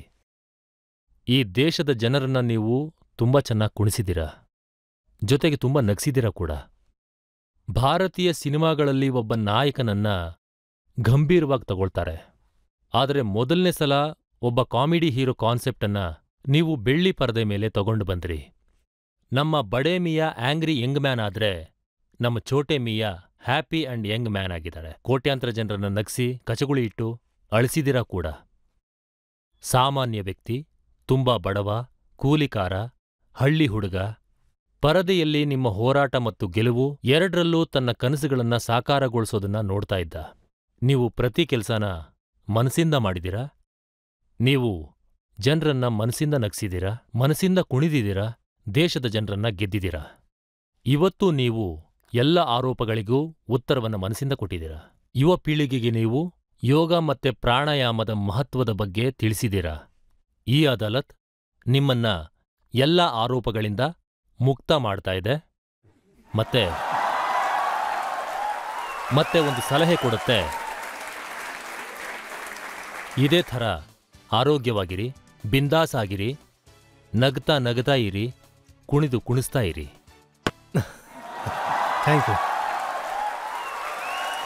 ಈ ಹಾರೈಕೆ ಜೊತೆಗೆ, ಈ ನಂಬಿಕೆ ಜೊತೆಗೆ ಗೋವಿಂದ ನಮ್ಮನ್ನ ರಂಜಿಸ್ತಾ ಇರ್ಲಿ ಅಂತ ಕೇಳ್ಕೊಳ್ತಾ, ಜನರ ಮನಸ್ಸನ್ನ ಗೆಲ್ತಾ ಇರ್ಲಿ ಅಂತ ಹೇಳ್ತಾ, ಮತ್ತೆ ದೇಶದ ಹೆಸರನ್ನ ಉಳಿಸ್ಲಿ ಅಂತ ಹೇಳಿ, ಜನರನ್ನ ಖುಷಿಯಾಗಿಡ್ಲಿ ಅಂತ ಹೇಳ್ತಾ ಇವತ್ತಿನ ವಿಚಾರಣೆನ ಇಲ್ಲಿಗೆ ಮುಗಿಸ್ತಾ ಇದ್ದೀನಿ. ಮುಂದಿನ ವಾರ ಮತ್ತೊಮ್ಮೆ ನಿಮ್ಮನ್ನ ಭೇಟಿ ಮಾಡ್ತೀನಿ ಒಬ್ಬ ಹೊಸ ವ್ಯಕ್ತಿಯೊಂದಿಗೆ. ಅಲ್ಲಿವರೆಗೂ ನಮಸ್ಕಾರ.